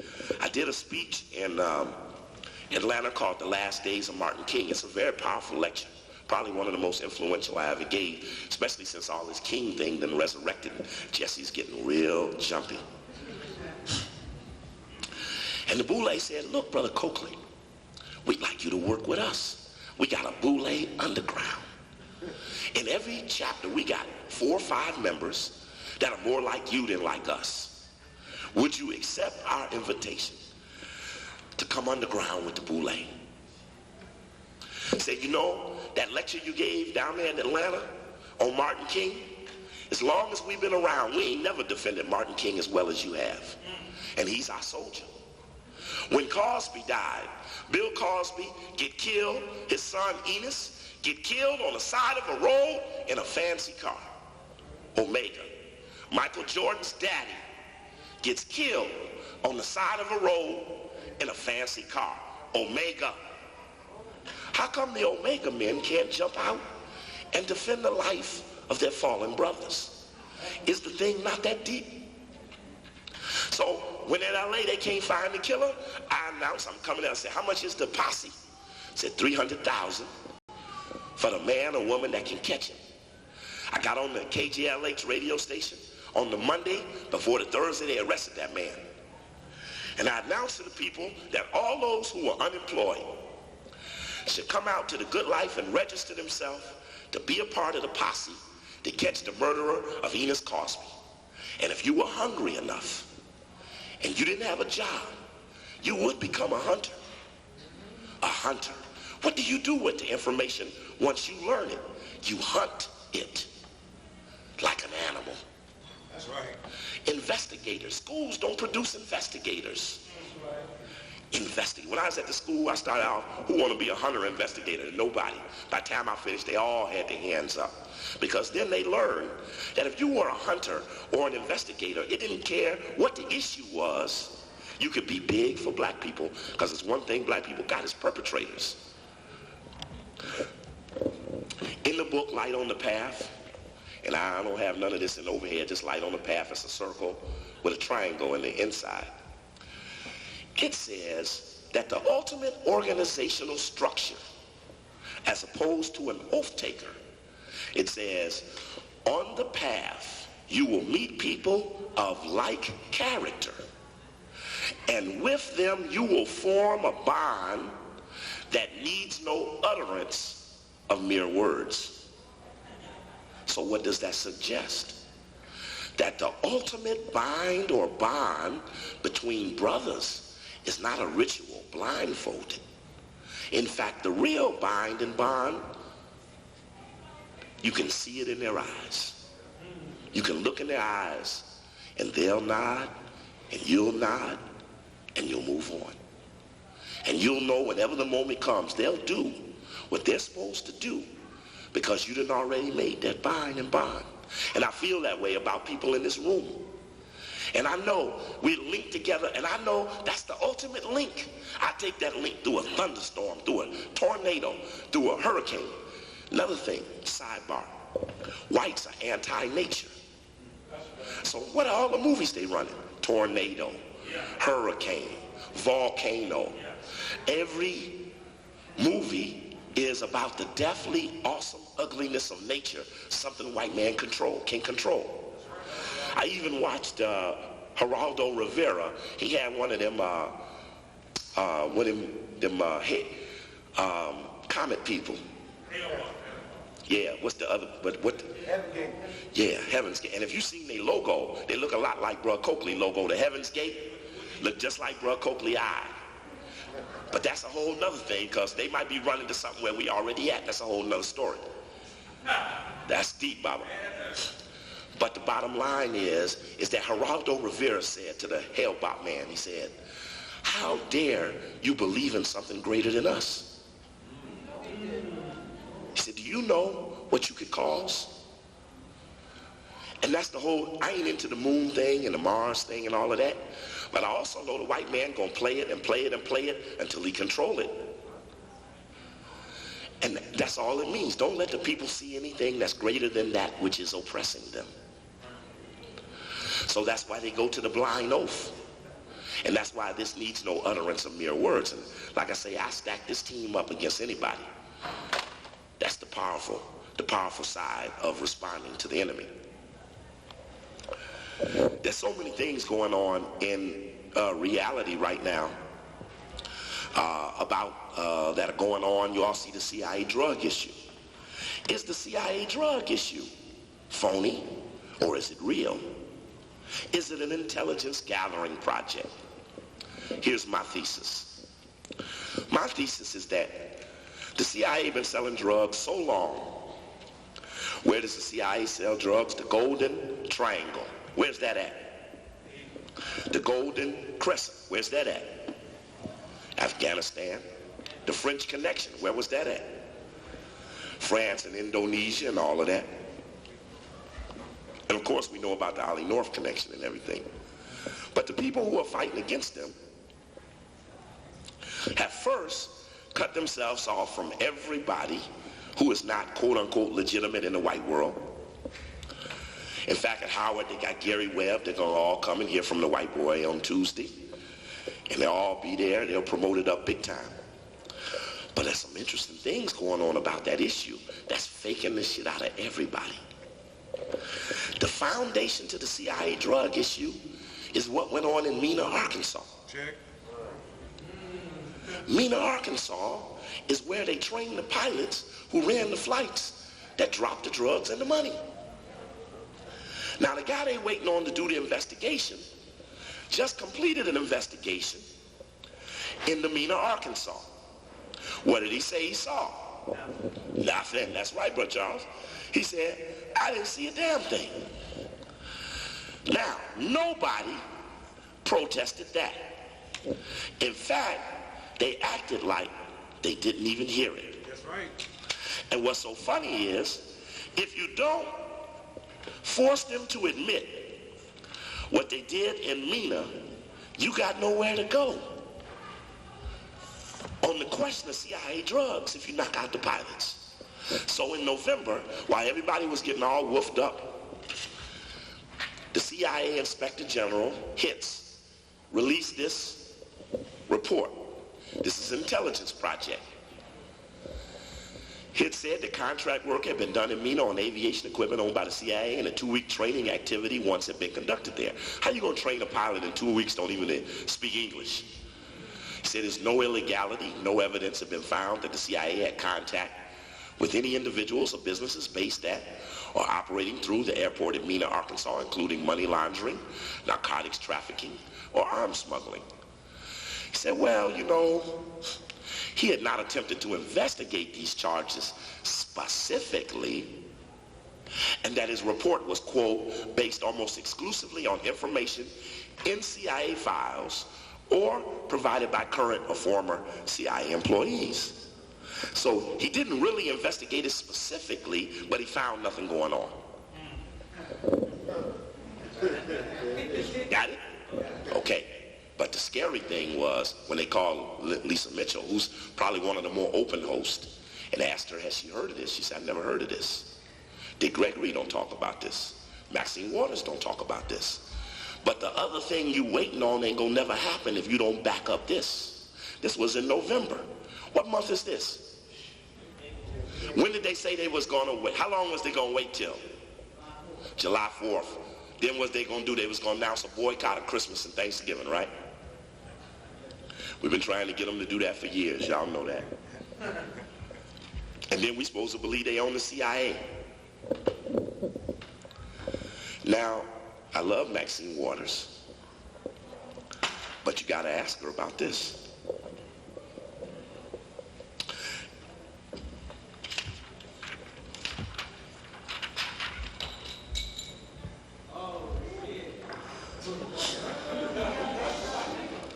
There is the largest grant ever been given in the history of FEMA to a community, Maxine Waters community.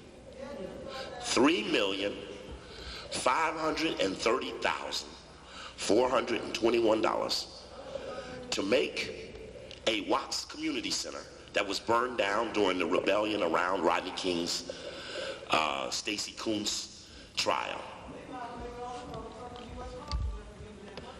What's key, Baba, is they even called it African American Unity Day. How you gonna unify with FEMA? And is FEMA the CIA? Let's go back to Ollie North. Who was he working for? FEMA. Thank you, Bob. Hold it. That wasn't Donald, was it? Give me another cameraman. Yeah. Strike two. Second punchline giver by the Donald in-house man, then gave the punchline twice. And strike two if y'all hear him whisper or some shit. Call him out, because he's going to the showers and shit. We have to have the DJ man gonna have to take the camera or something, because Donald's going to the rack in principle. All right. Add up the numbers. I was in Atlanta, and I showed that for a second. Brother hollered out, Steve, add up the sum of the numbers.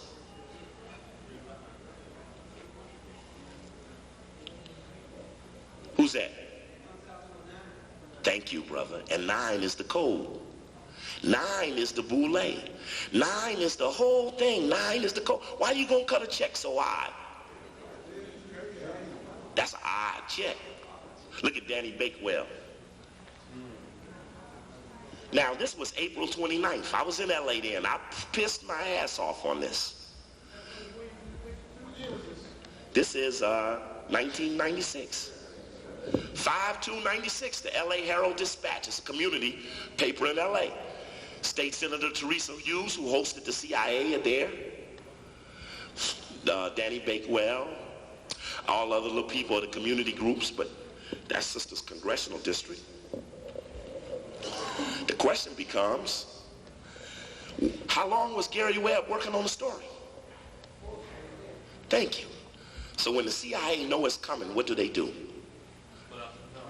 Start paying out, do damage control. It's what you call limited fallout. It's what Farrakhan did when he thought that the Malcolm X movie was going to expose him. Ow. He said, I'm sweating into the mic and it shot my ass. He said, I wasn't involved in killing them, but I did help set the climate that made it possible. That's what you call limited fallout. It's like before someone reveals you on everything, you quickly tell half the thing and hope they go away. It's an intelligence trait. We need to deal with intelligence terms. Limited fallout. CIA is going to make a limited fallout. They're going to every city to see what black people are going to do about the CIA drug thing. You know what black people didn't do about the CIA drug thing? You know what the one thing was they didn't do? Hold their own hearing and go get their own facts and make their own conclusions. Right. Fuck the hunky. That's right. That's right. In other words, why do we wait for them to tell us something that we already know? What? Yes, ma'am.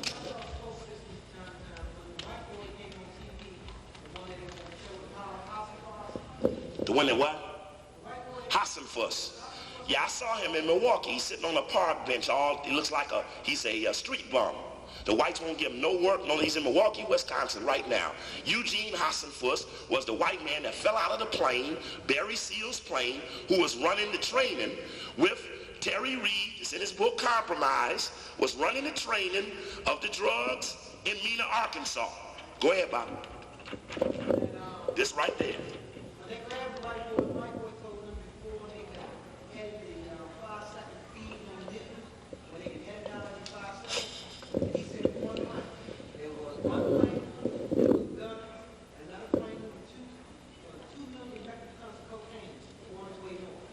Right.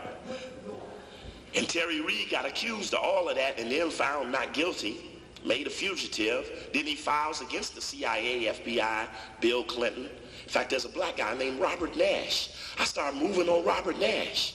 Robert Nash is chief of personnel in the White House. Black man. He was the head of the Economic Development Association for Arkansas, and he supervised the relationship between the drug sellers, they dropped the drugs, dropped the money on low-flying airplanes. The CIA drug tape clarify those things for you, but it's much more than the issue than these Negroes are sharing with each other. You see, Blandon and Manassas and Ricky Ross is peons in the thing. They nobodies. Many people know more about this than they tell them. That's why we put pressure on Tyrone Powers. But why don't your book say nothing about Ricky Ross? Because I read your book. This is how we got to start inferring things. I need you, Bob. I need to set a tape off. It says, look, this is in a tape called Transgressions and Confessions. I talk about Brother Hamza, and I talk about Tyrone Powers. January 7th, 97. I know it's about 2 of them in there. It says Coakley and Tyrone Powers. And during Kwanzaa, Tyrone Powers, myself, Dick Gregory, Sister Ava Mohammed, Tony Martin, who published this book, were all speaking at a Kwanzaa event in the Mosque number 19 in Springfield, Massachusetts during the Kwanzaa period. And I appealed to Tony Martin that I didn't like the credibility that he gave the book, because the book did not withstand the test of revelation. You see, I know some white people who've been in, white or black, who've told more than I see in the book. Say, here's this guy told more. He's CIA man. CIA and Call of Intelligence had told more. Certain standards we expect if you're really breaking away. When I questioned David Whitehead, I said, to prove you're a black man now, victimized by the white CIA, tell us where the CIA secret headquarters is in Washington, D.C. And you know what he said?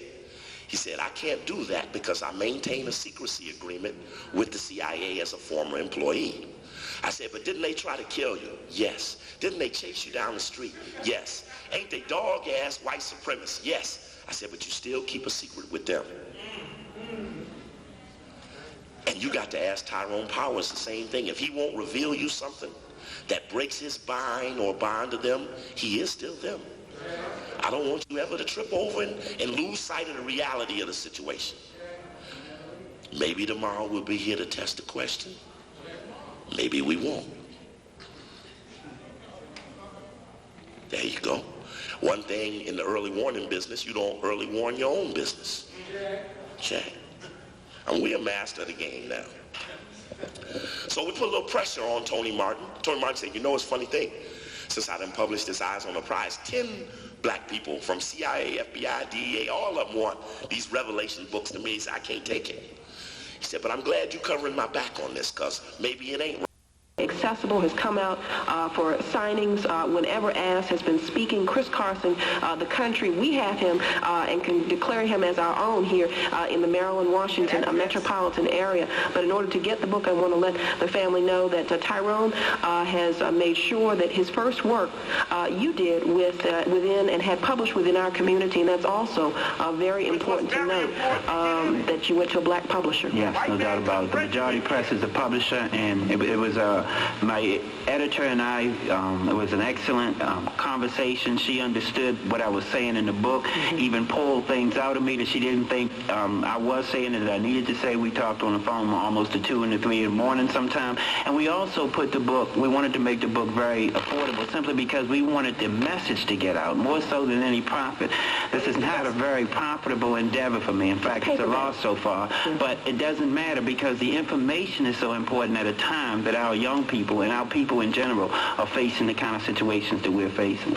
I want to let folks know how you can get the books. You can send directly, make checks payable to Tyrone Powers, Post Office Box 11311. That's P.O. Box 11311 in Baltimore, Maryland, and the zip code is 21239. Again, checks payable directly to Tyrone Powers. He is author of Eyes to My Soul, The Rise or Decline of a Black FBI Agent. And it's really important, family, that we have, as I said, we consider and have had Tyrone available to us. The national community is seeking this brother. He is sought after across this country, and we've had access to Tyrone. He's continued to make himself available on the number of issues that are facing our communities. When we look at what's going on with the CIA, of the government, and the involvement in drug trafficking, to have someone who was an FBI agent, and not just any old FBI agent. You include in your book the letters of commendation that you received. You served and worked on cases, drug cases as well, and you even talk about the fact that, we've talked about that there are investigations where you were told, hey, this investigation ends, exactly. And it comes from the top. Let me give you a good example. During the time I was in Cincinnati working undercover drug cases, Freeway Rick Ross came to Cincinnati, and he stayed with an elderly gentleman in the Lincoln Heights area, the gentleman who was under investigation up there for some other crimes and also for contributing to the delinquency of minors. He was misusing young black girls. Ricky Ross stayed with him as a good cover because this gentleman was up in age, 70-some, almost 80 years old. And he began to set up his operation there in the Cincinnati area.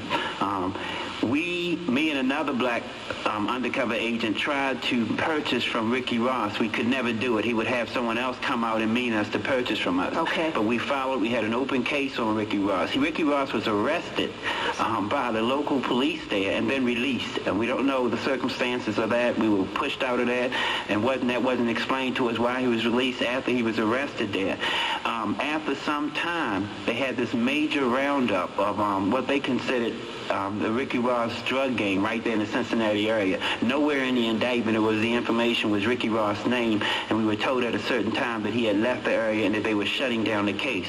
Come to find out at a later date and time, the agent who worked with me is still in that area, and that Ricky Ross left for a day or two but came back in the area, but by that time our case had been completely shut down. Wow. And we had been gotten out of, we had been removed from the particular case and put onto some other minor extremely insignificant cases. And I've said before, Lisa, that there's certainly no war on drugs whatsoever. And I am glad to be here with the WL.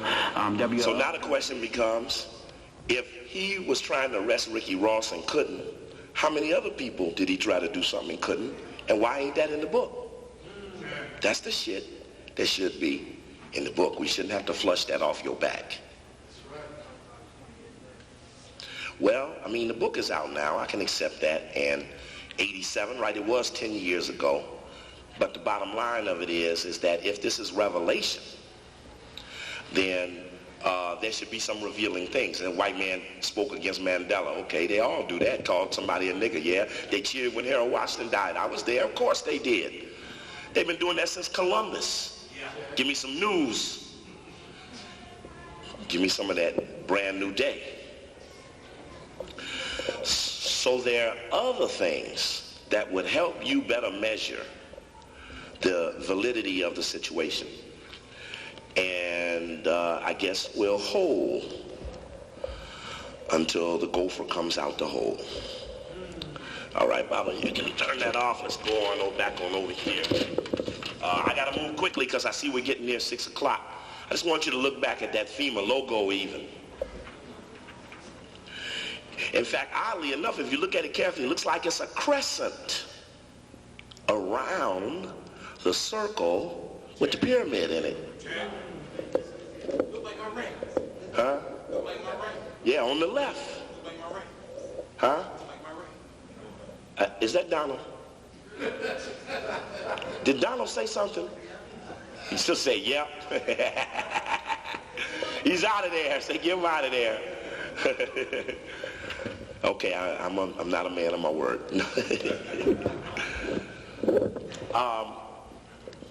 But it's important to know what someone stands for. And you can't say, the bottom line is, Ollie North worked for FEMA. That's where he had the off-the-shelf, stand-alone operation. Casey didn't know, Reagan supposedly didn't know, but whether they did or whether they didn't, he did it all through FEMA. So can you take money from FEMA and be against the CIA? No way. Ain't no way. In fact, there was I think it's on Emerge. See, I watch how Emerge do it because Emerge don't say nothing. But see, like they did a big issue on CIA drugs, so they did this Dick Gregory story. You see see all that crack bottle, you see the CIA, but no investigative reporting. Just about Dick Gregory's life and how he made $362,063. But the bottom line of it is, so then I think they got Maxine Waters on the cover now. And I think it says, and she fights the good fight. And you know what? That's a phrase they use for losers. Only losers fight a good fight. For winners won. Yeah.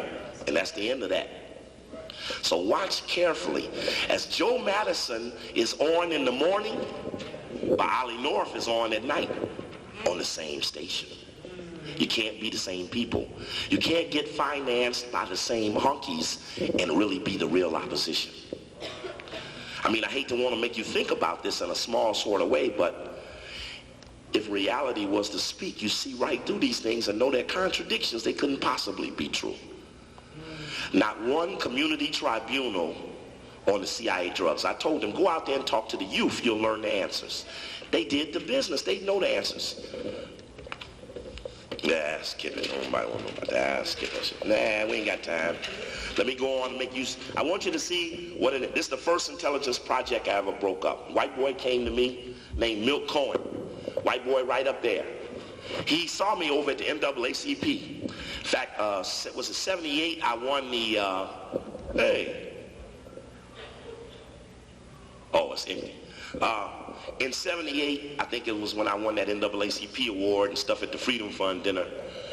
And this guy, Milt Cohen, approached me and he said, you know, I think you might be interested in a job. You're pretty well known in the black community and we need someone who's known in the black community to do a project. So what is it? He said, give me the paperwork. So he gives me this paperwork and it's the cover sheet from a grant from the United Way. And I have to thank Brother Donald, because Brother Donald, as a brother in Baltimore, did what I asked the people to do in all the cities, which was to go to the United Way and pull the paperwork. You're going to find the intelligence community right in social service. What does it say they were going to do? And I know you can barely see this because the page is out the can.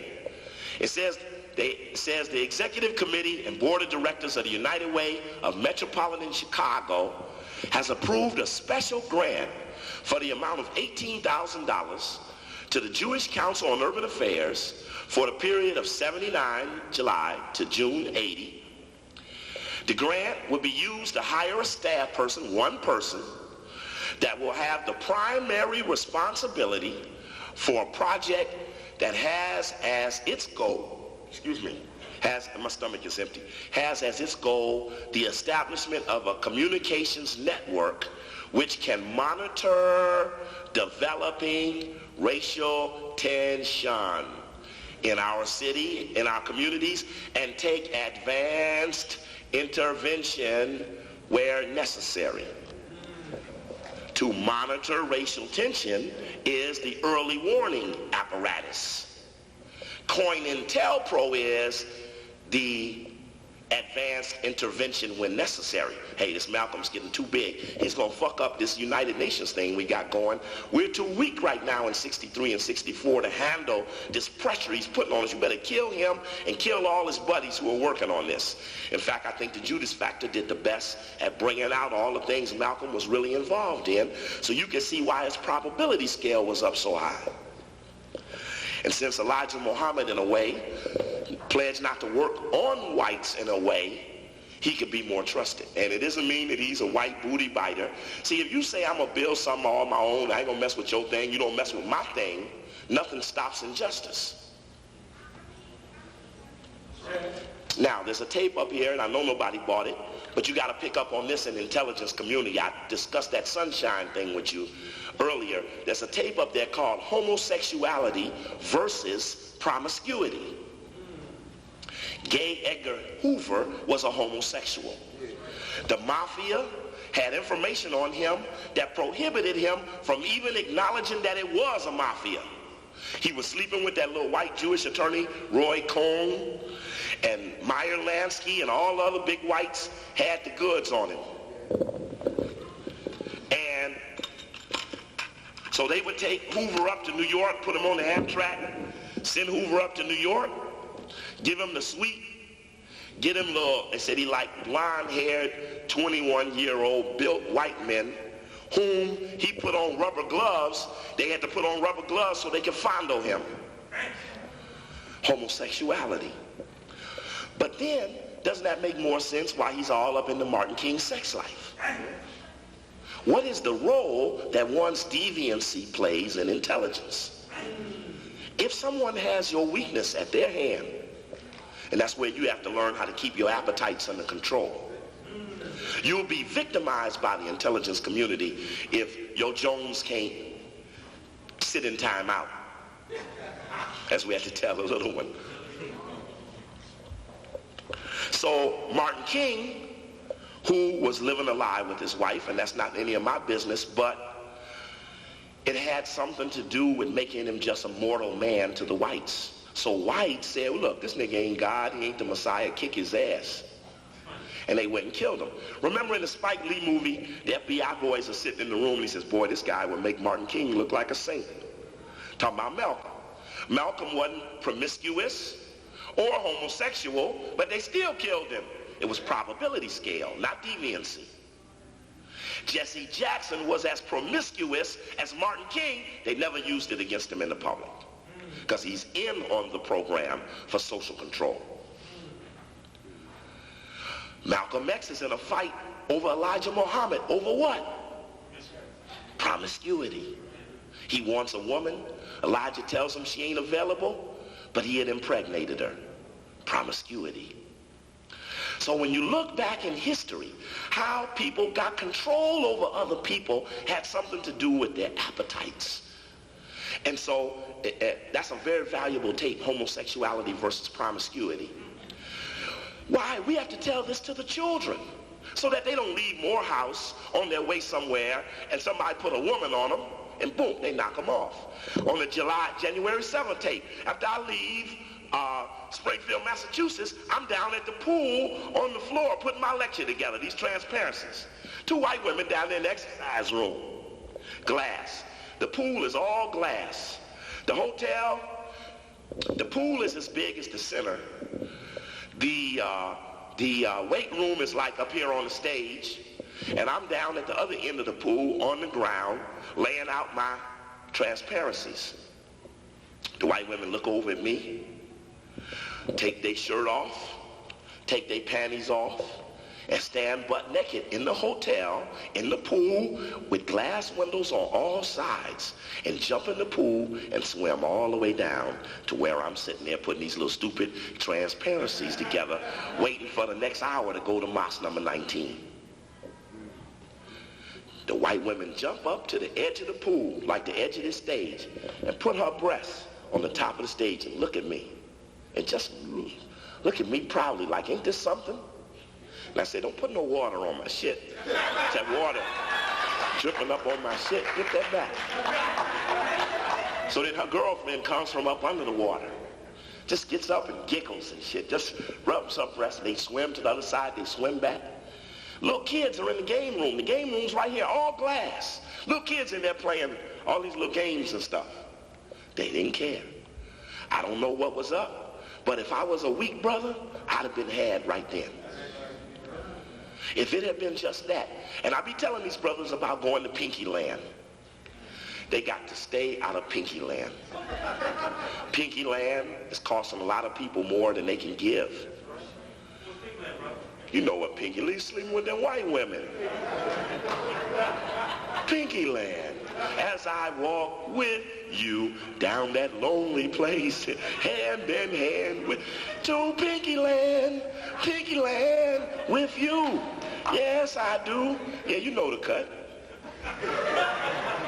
That guy McKinney, the black man, head of the military, getting ready to investigate the damn thing. But here come the white woman, Pinky Land. OJ got a Pinky Land problem. And I ain't even gonna go there, but Pinky Land gonna catch Cuba Gooding. Yeah. Oh, I know that, but eventually something's gonna happen. And let me tell you something else that's deep. Huh? Yeah, they trying to get Tiger too. Oprah kept calling him All America's man. Yeah, she said it 6 times to be exact. This is all Americans, man. Trying to put him in a check, setting him up for Pinky Land. Even though she talked about how proud Stedman was to see him say, and for all the black golfers who came before me. But you can see that the hunky's gonna knock his plane out the sky. He win one more of them tournaments.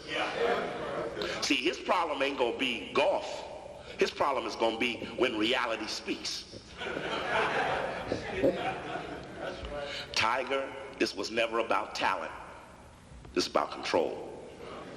You think this is about good golf? There was many niggas golf better than you. We killed them off. Ron Brown was the smoothest nigga I ever met. I mean, he really could have been president if the nigga was smooth. Too smooth. Too smooth. Intelligence Project. So it told that this person, that the United Way anticipated a series of meetings with individual leaders of the city's major human relations, civil rights, and religious groups, as well as community meetings and a citywide meeting of this project. See, they took the city, they broke it up into 4 squares. They said the first 3 months, set up a meeting there. Next 3 months there. No, they broke it up into 4, but it was every 2 months, so that in the last quarter, they had the citywide meeting.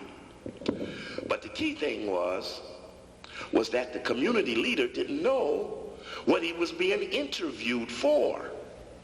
So they would jack him up and ask him a series of questions.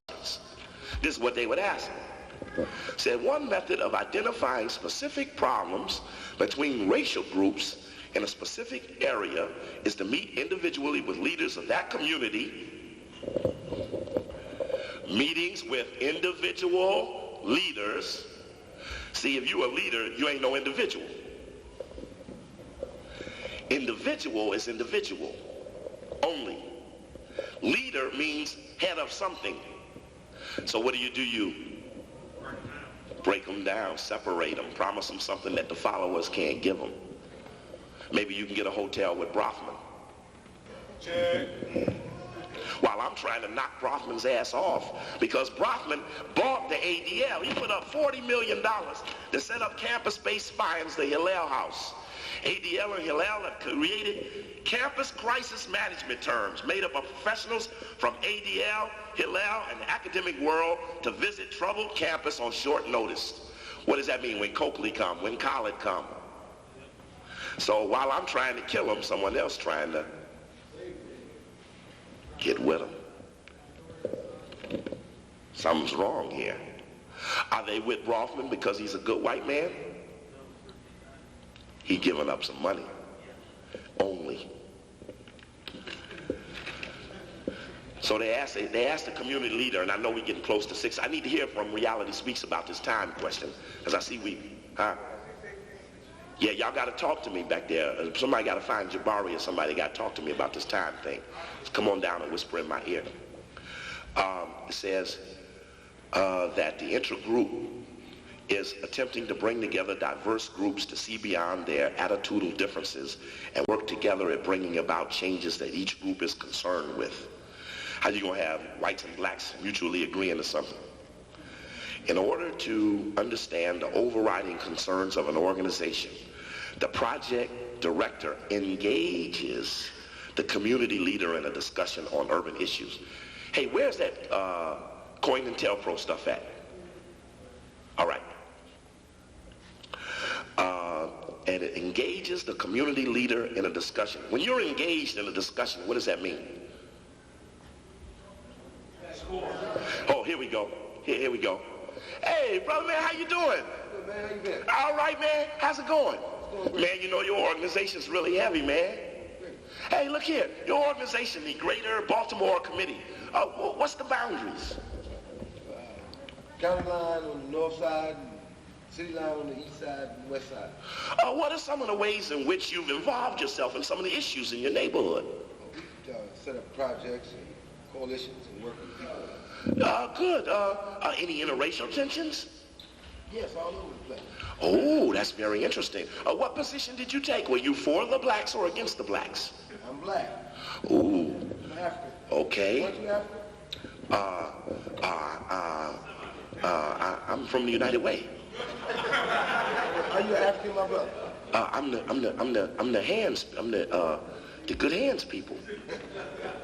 So you're not African. Okay, gotcha. Okay, what contact have you had with other community groups over this tension you're feeling? And who are those groups? Who are they leaders? We have No, I want you to name, I mean, this is one time they really want some names. Name me their name. well, if you can come out to maybe meet with us, I can Oh, good. basically bring some information about what you're doing. Good, good. You know, because every time I go to a meeting, I have to fill out a meeting attendance form. I have to tell how many people are there, what time the meeting started, what time it was over. I have to tell what are the things that were discussed. I have to prioritize the things that were discussed, and I have to tell what they're going to do for the next meeting comes up. I mean, I'm really glad to meet with you. At the end of the year, we're going to have a big meeting. Would you come? We're going to give away free breakfast and dinner. Are you African, my brother? Oh, I'm with the United Way. I appreciate the role playing, but you can see that the person is supposed to engage a person in a discussion and really frisk them down. And if they say something that will hit the monitoring, developing tension side. Now, I went and found a black guy who was doing this. And I told a sister to tell him to meet me one day under Chicago City Hall. There's a restaurant under there between the county and the City Hall. And that day at the restaurant, I said, look, bro, man, I think you involved in something that ain't no good for black people. In fact, I think you a spy. You're in this intergroup project. He was working for one of the organizations. He said, no, I'm not a spy. He said, but I tell you what, to prove to you that I'm not, I'm going to go get you the information. So that's when he came back with the names and stuff. The Intergroup Communications Project. And of course, on the other list were the Operation Push, as the Urban League, the NAACP was on here, the U.S. Justice Department Community Relations Service, the Chicago Human Relations Service, the ADL, American Jewish Committee, American Jewish Congress, ACLU, and on down the line. It was 25 organizations who were only being asked that everywhere you go, tell us what you hear. They don't think they're spying. I mean, if you're at the Urban League and you leave the office for a day, you have to fill out a meeting attendance form. You don't think that's spying, but that's all it is. And I don't think people understand spying well enough, and I know Brother Donald went out and got up in the ABLE Foundation and all the Greater Baltimore Committee, and in fact, Kurt Smoke put out a booklet. I was up there one day and a sister was trying to put that promiscuity on me. I was in a house, and I looked up under a TV, and it said CIA training film. And some of you all remember my earlier days on the intelligence community and how we get 400 people at the School of B on a weeknight, jammed up in there, and I'm running the CIA film, but I got the film up in the sister's house, who was working for the Baltimore Police Department. And I got the film from her. It was a film that was being sent to NOBLE, the National Organization of Black something, a law enforcement officer, something like that. And that film was really deep. It was very deep. And soon we're going to have this symposium on intelligence, and we're going to show all of the intelligence stuff that we have to the community. But interestingly enough, the sister who ran it the second time took over for a white girl who ran it the first time. Harold Washington had this thing where he had a little Jewish side that he worked with. So he took the white woman who did this and put him as the city of Chicago's community relations person. First thing I did when I had the chance was went down there with the engineer and opened up her office late one night, about 8:30, 9 o'clock, and went into them files, and there I found the profiles of all the key niggas in Chicago. Even though Harold Washington was the good mayor, he had compromised intelligence and gave it to other people. Your police is your intelligence. What kind of intelligence is Kurt Smoke getting and Marion Barry with white police chiefs? How come whites can have whites and blacks gotta have whites? Yeah, and then they said he got one highest ranking black's asses on the line. You mean it only been one? And he ain't even the man. He the highest man, and he ain't even the man. I'm confused. But I want you to see what it looked like. So these groups would go out every month and they do some intergroup communications. So every city I went to, I asked them to go to the United Way and pull out their annual yearbook or their grant specification, which has got everybody's grant in there, and look who's getting the money. You'll never know why they act the way they act till you see what they got. Excuse me. And that's very important to us to know that you could find the intelligence community, but it ain't gonna look like. It's the one that comes up to you and says, man, I wouldn't even go to no Coakley lecture. Oh, you mean he's coming up here tomorrow?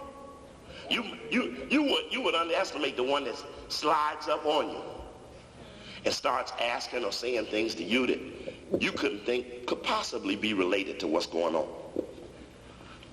But that's how it works. In fact, I think Tyrone Power said it best. It's one of the reasons why I really don't want to let him get too far away scot-free without being frisked. Was he says in his book something that I take to heart. Ain't no nigga gonna tell me this and I don't accept it.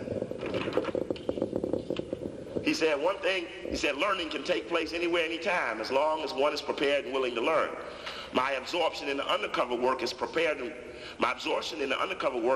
drug work taught me lessons for life in general. I learned that it was not always an advantage to be candid.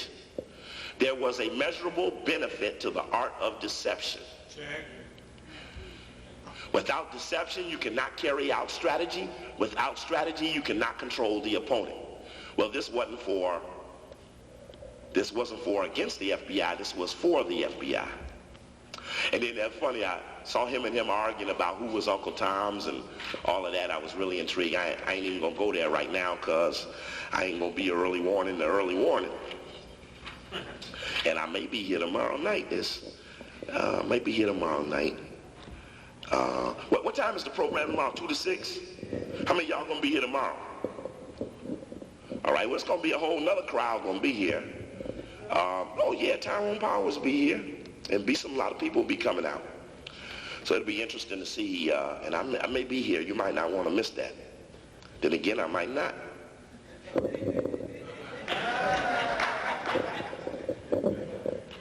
The other thing I was trying to tell you about intelligence that needs more investigation is this, and I only had 10 more minutes, and I think I'm at about 8 minutes now.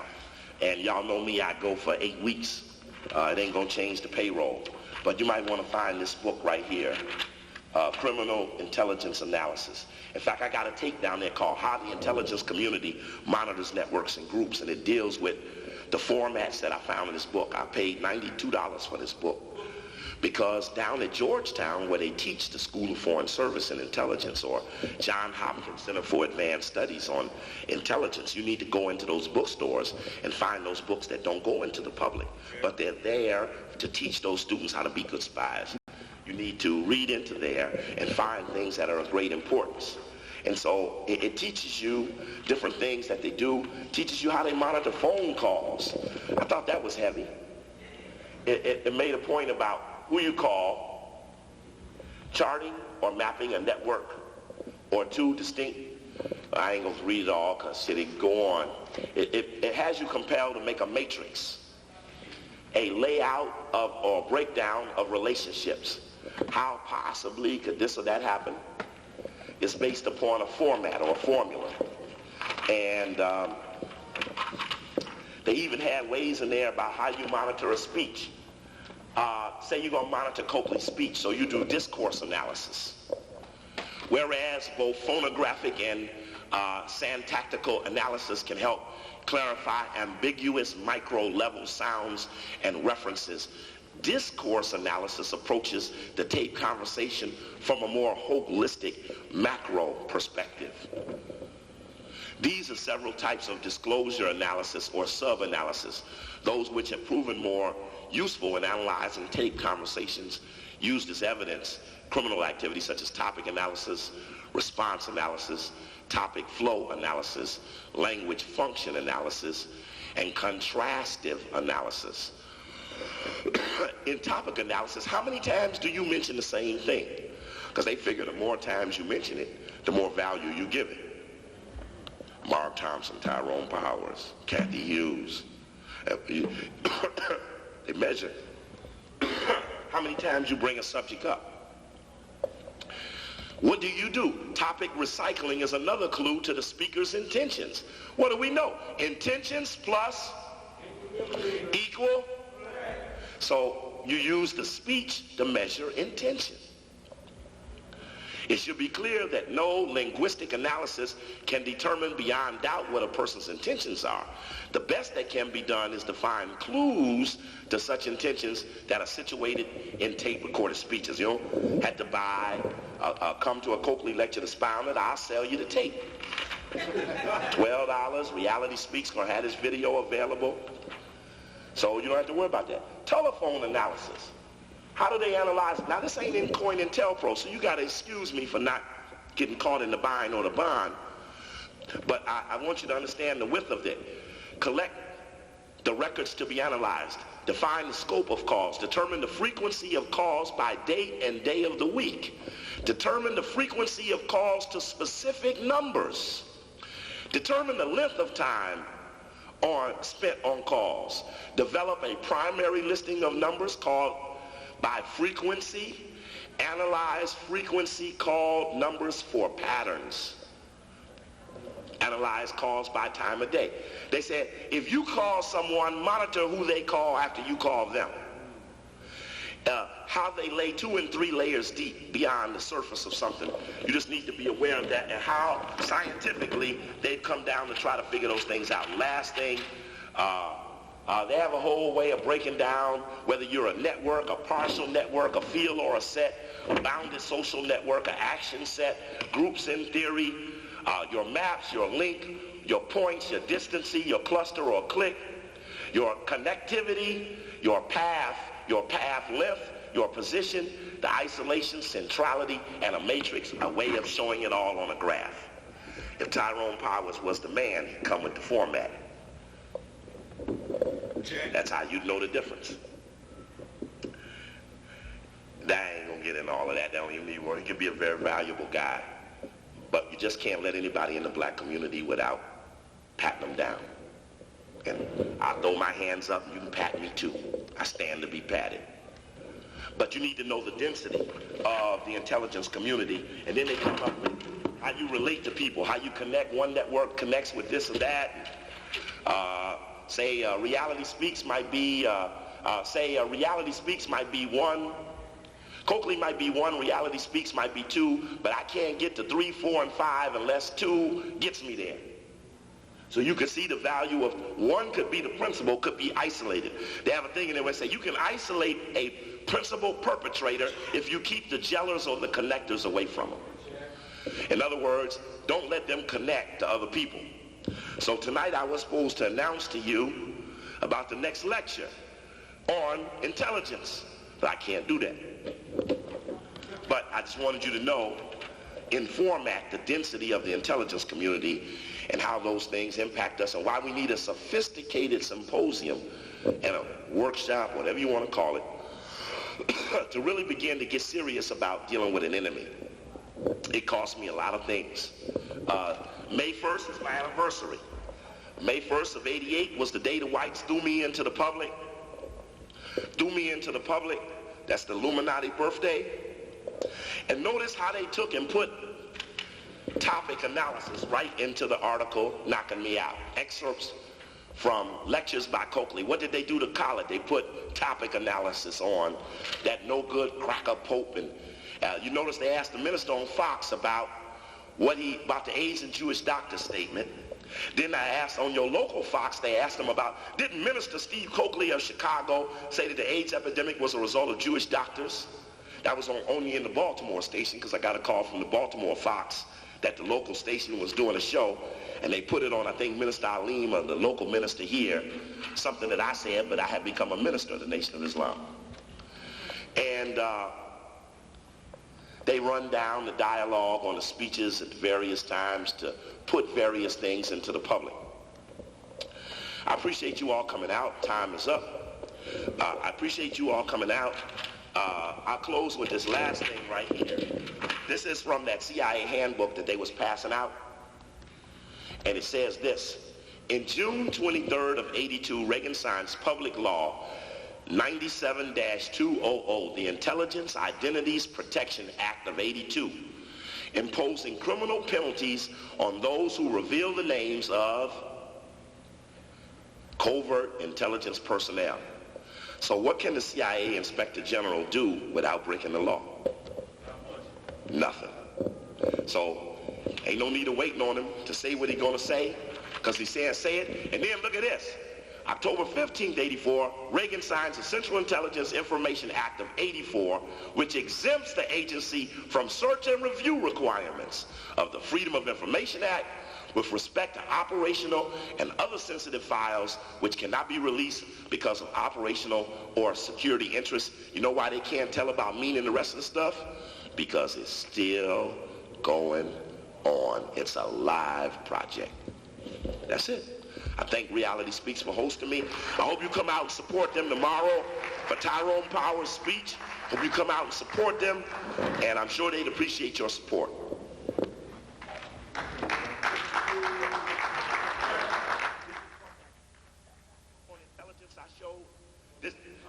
This is from that one with the CIA, and it said Facts on Intelligence. That's a brochure that they were passing out at the Black Caucus in the exhibition area. No, that was from the book Criminal Intelligence Analysis. I put that cover. Yeah, that was from that book. If you can't find it, you could copy mine. I let people copy my version of the book. Yes.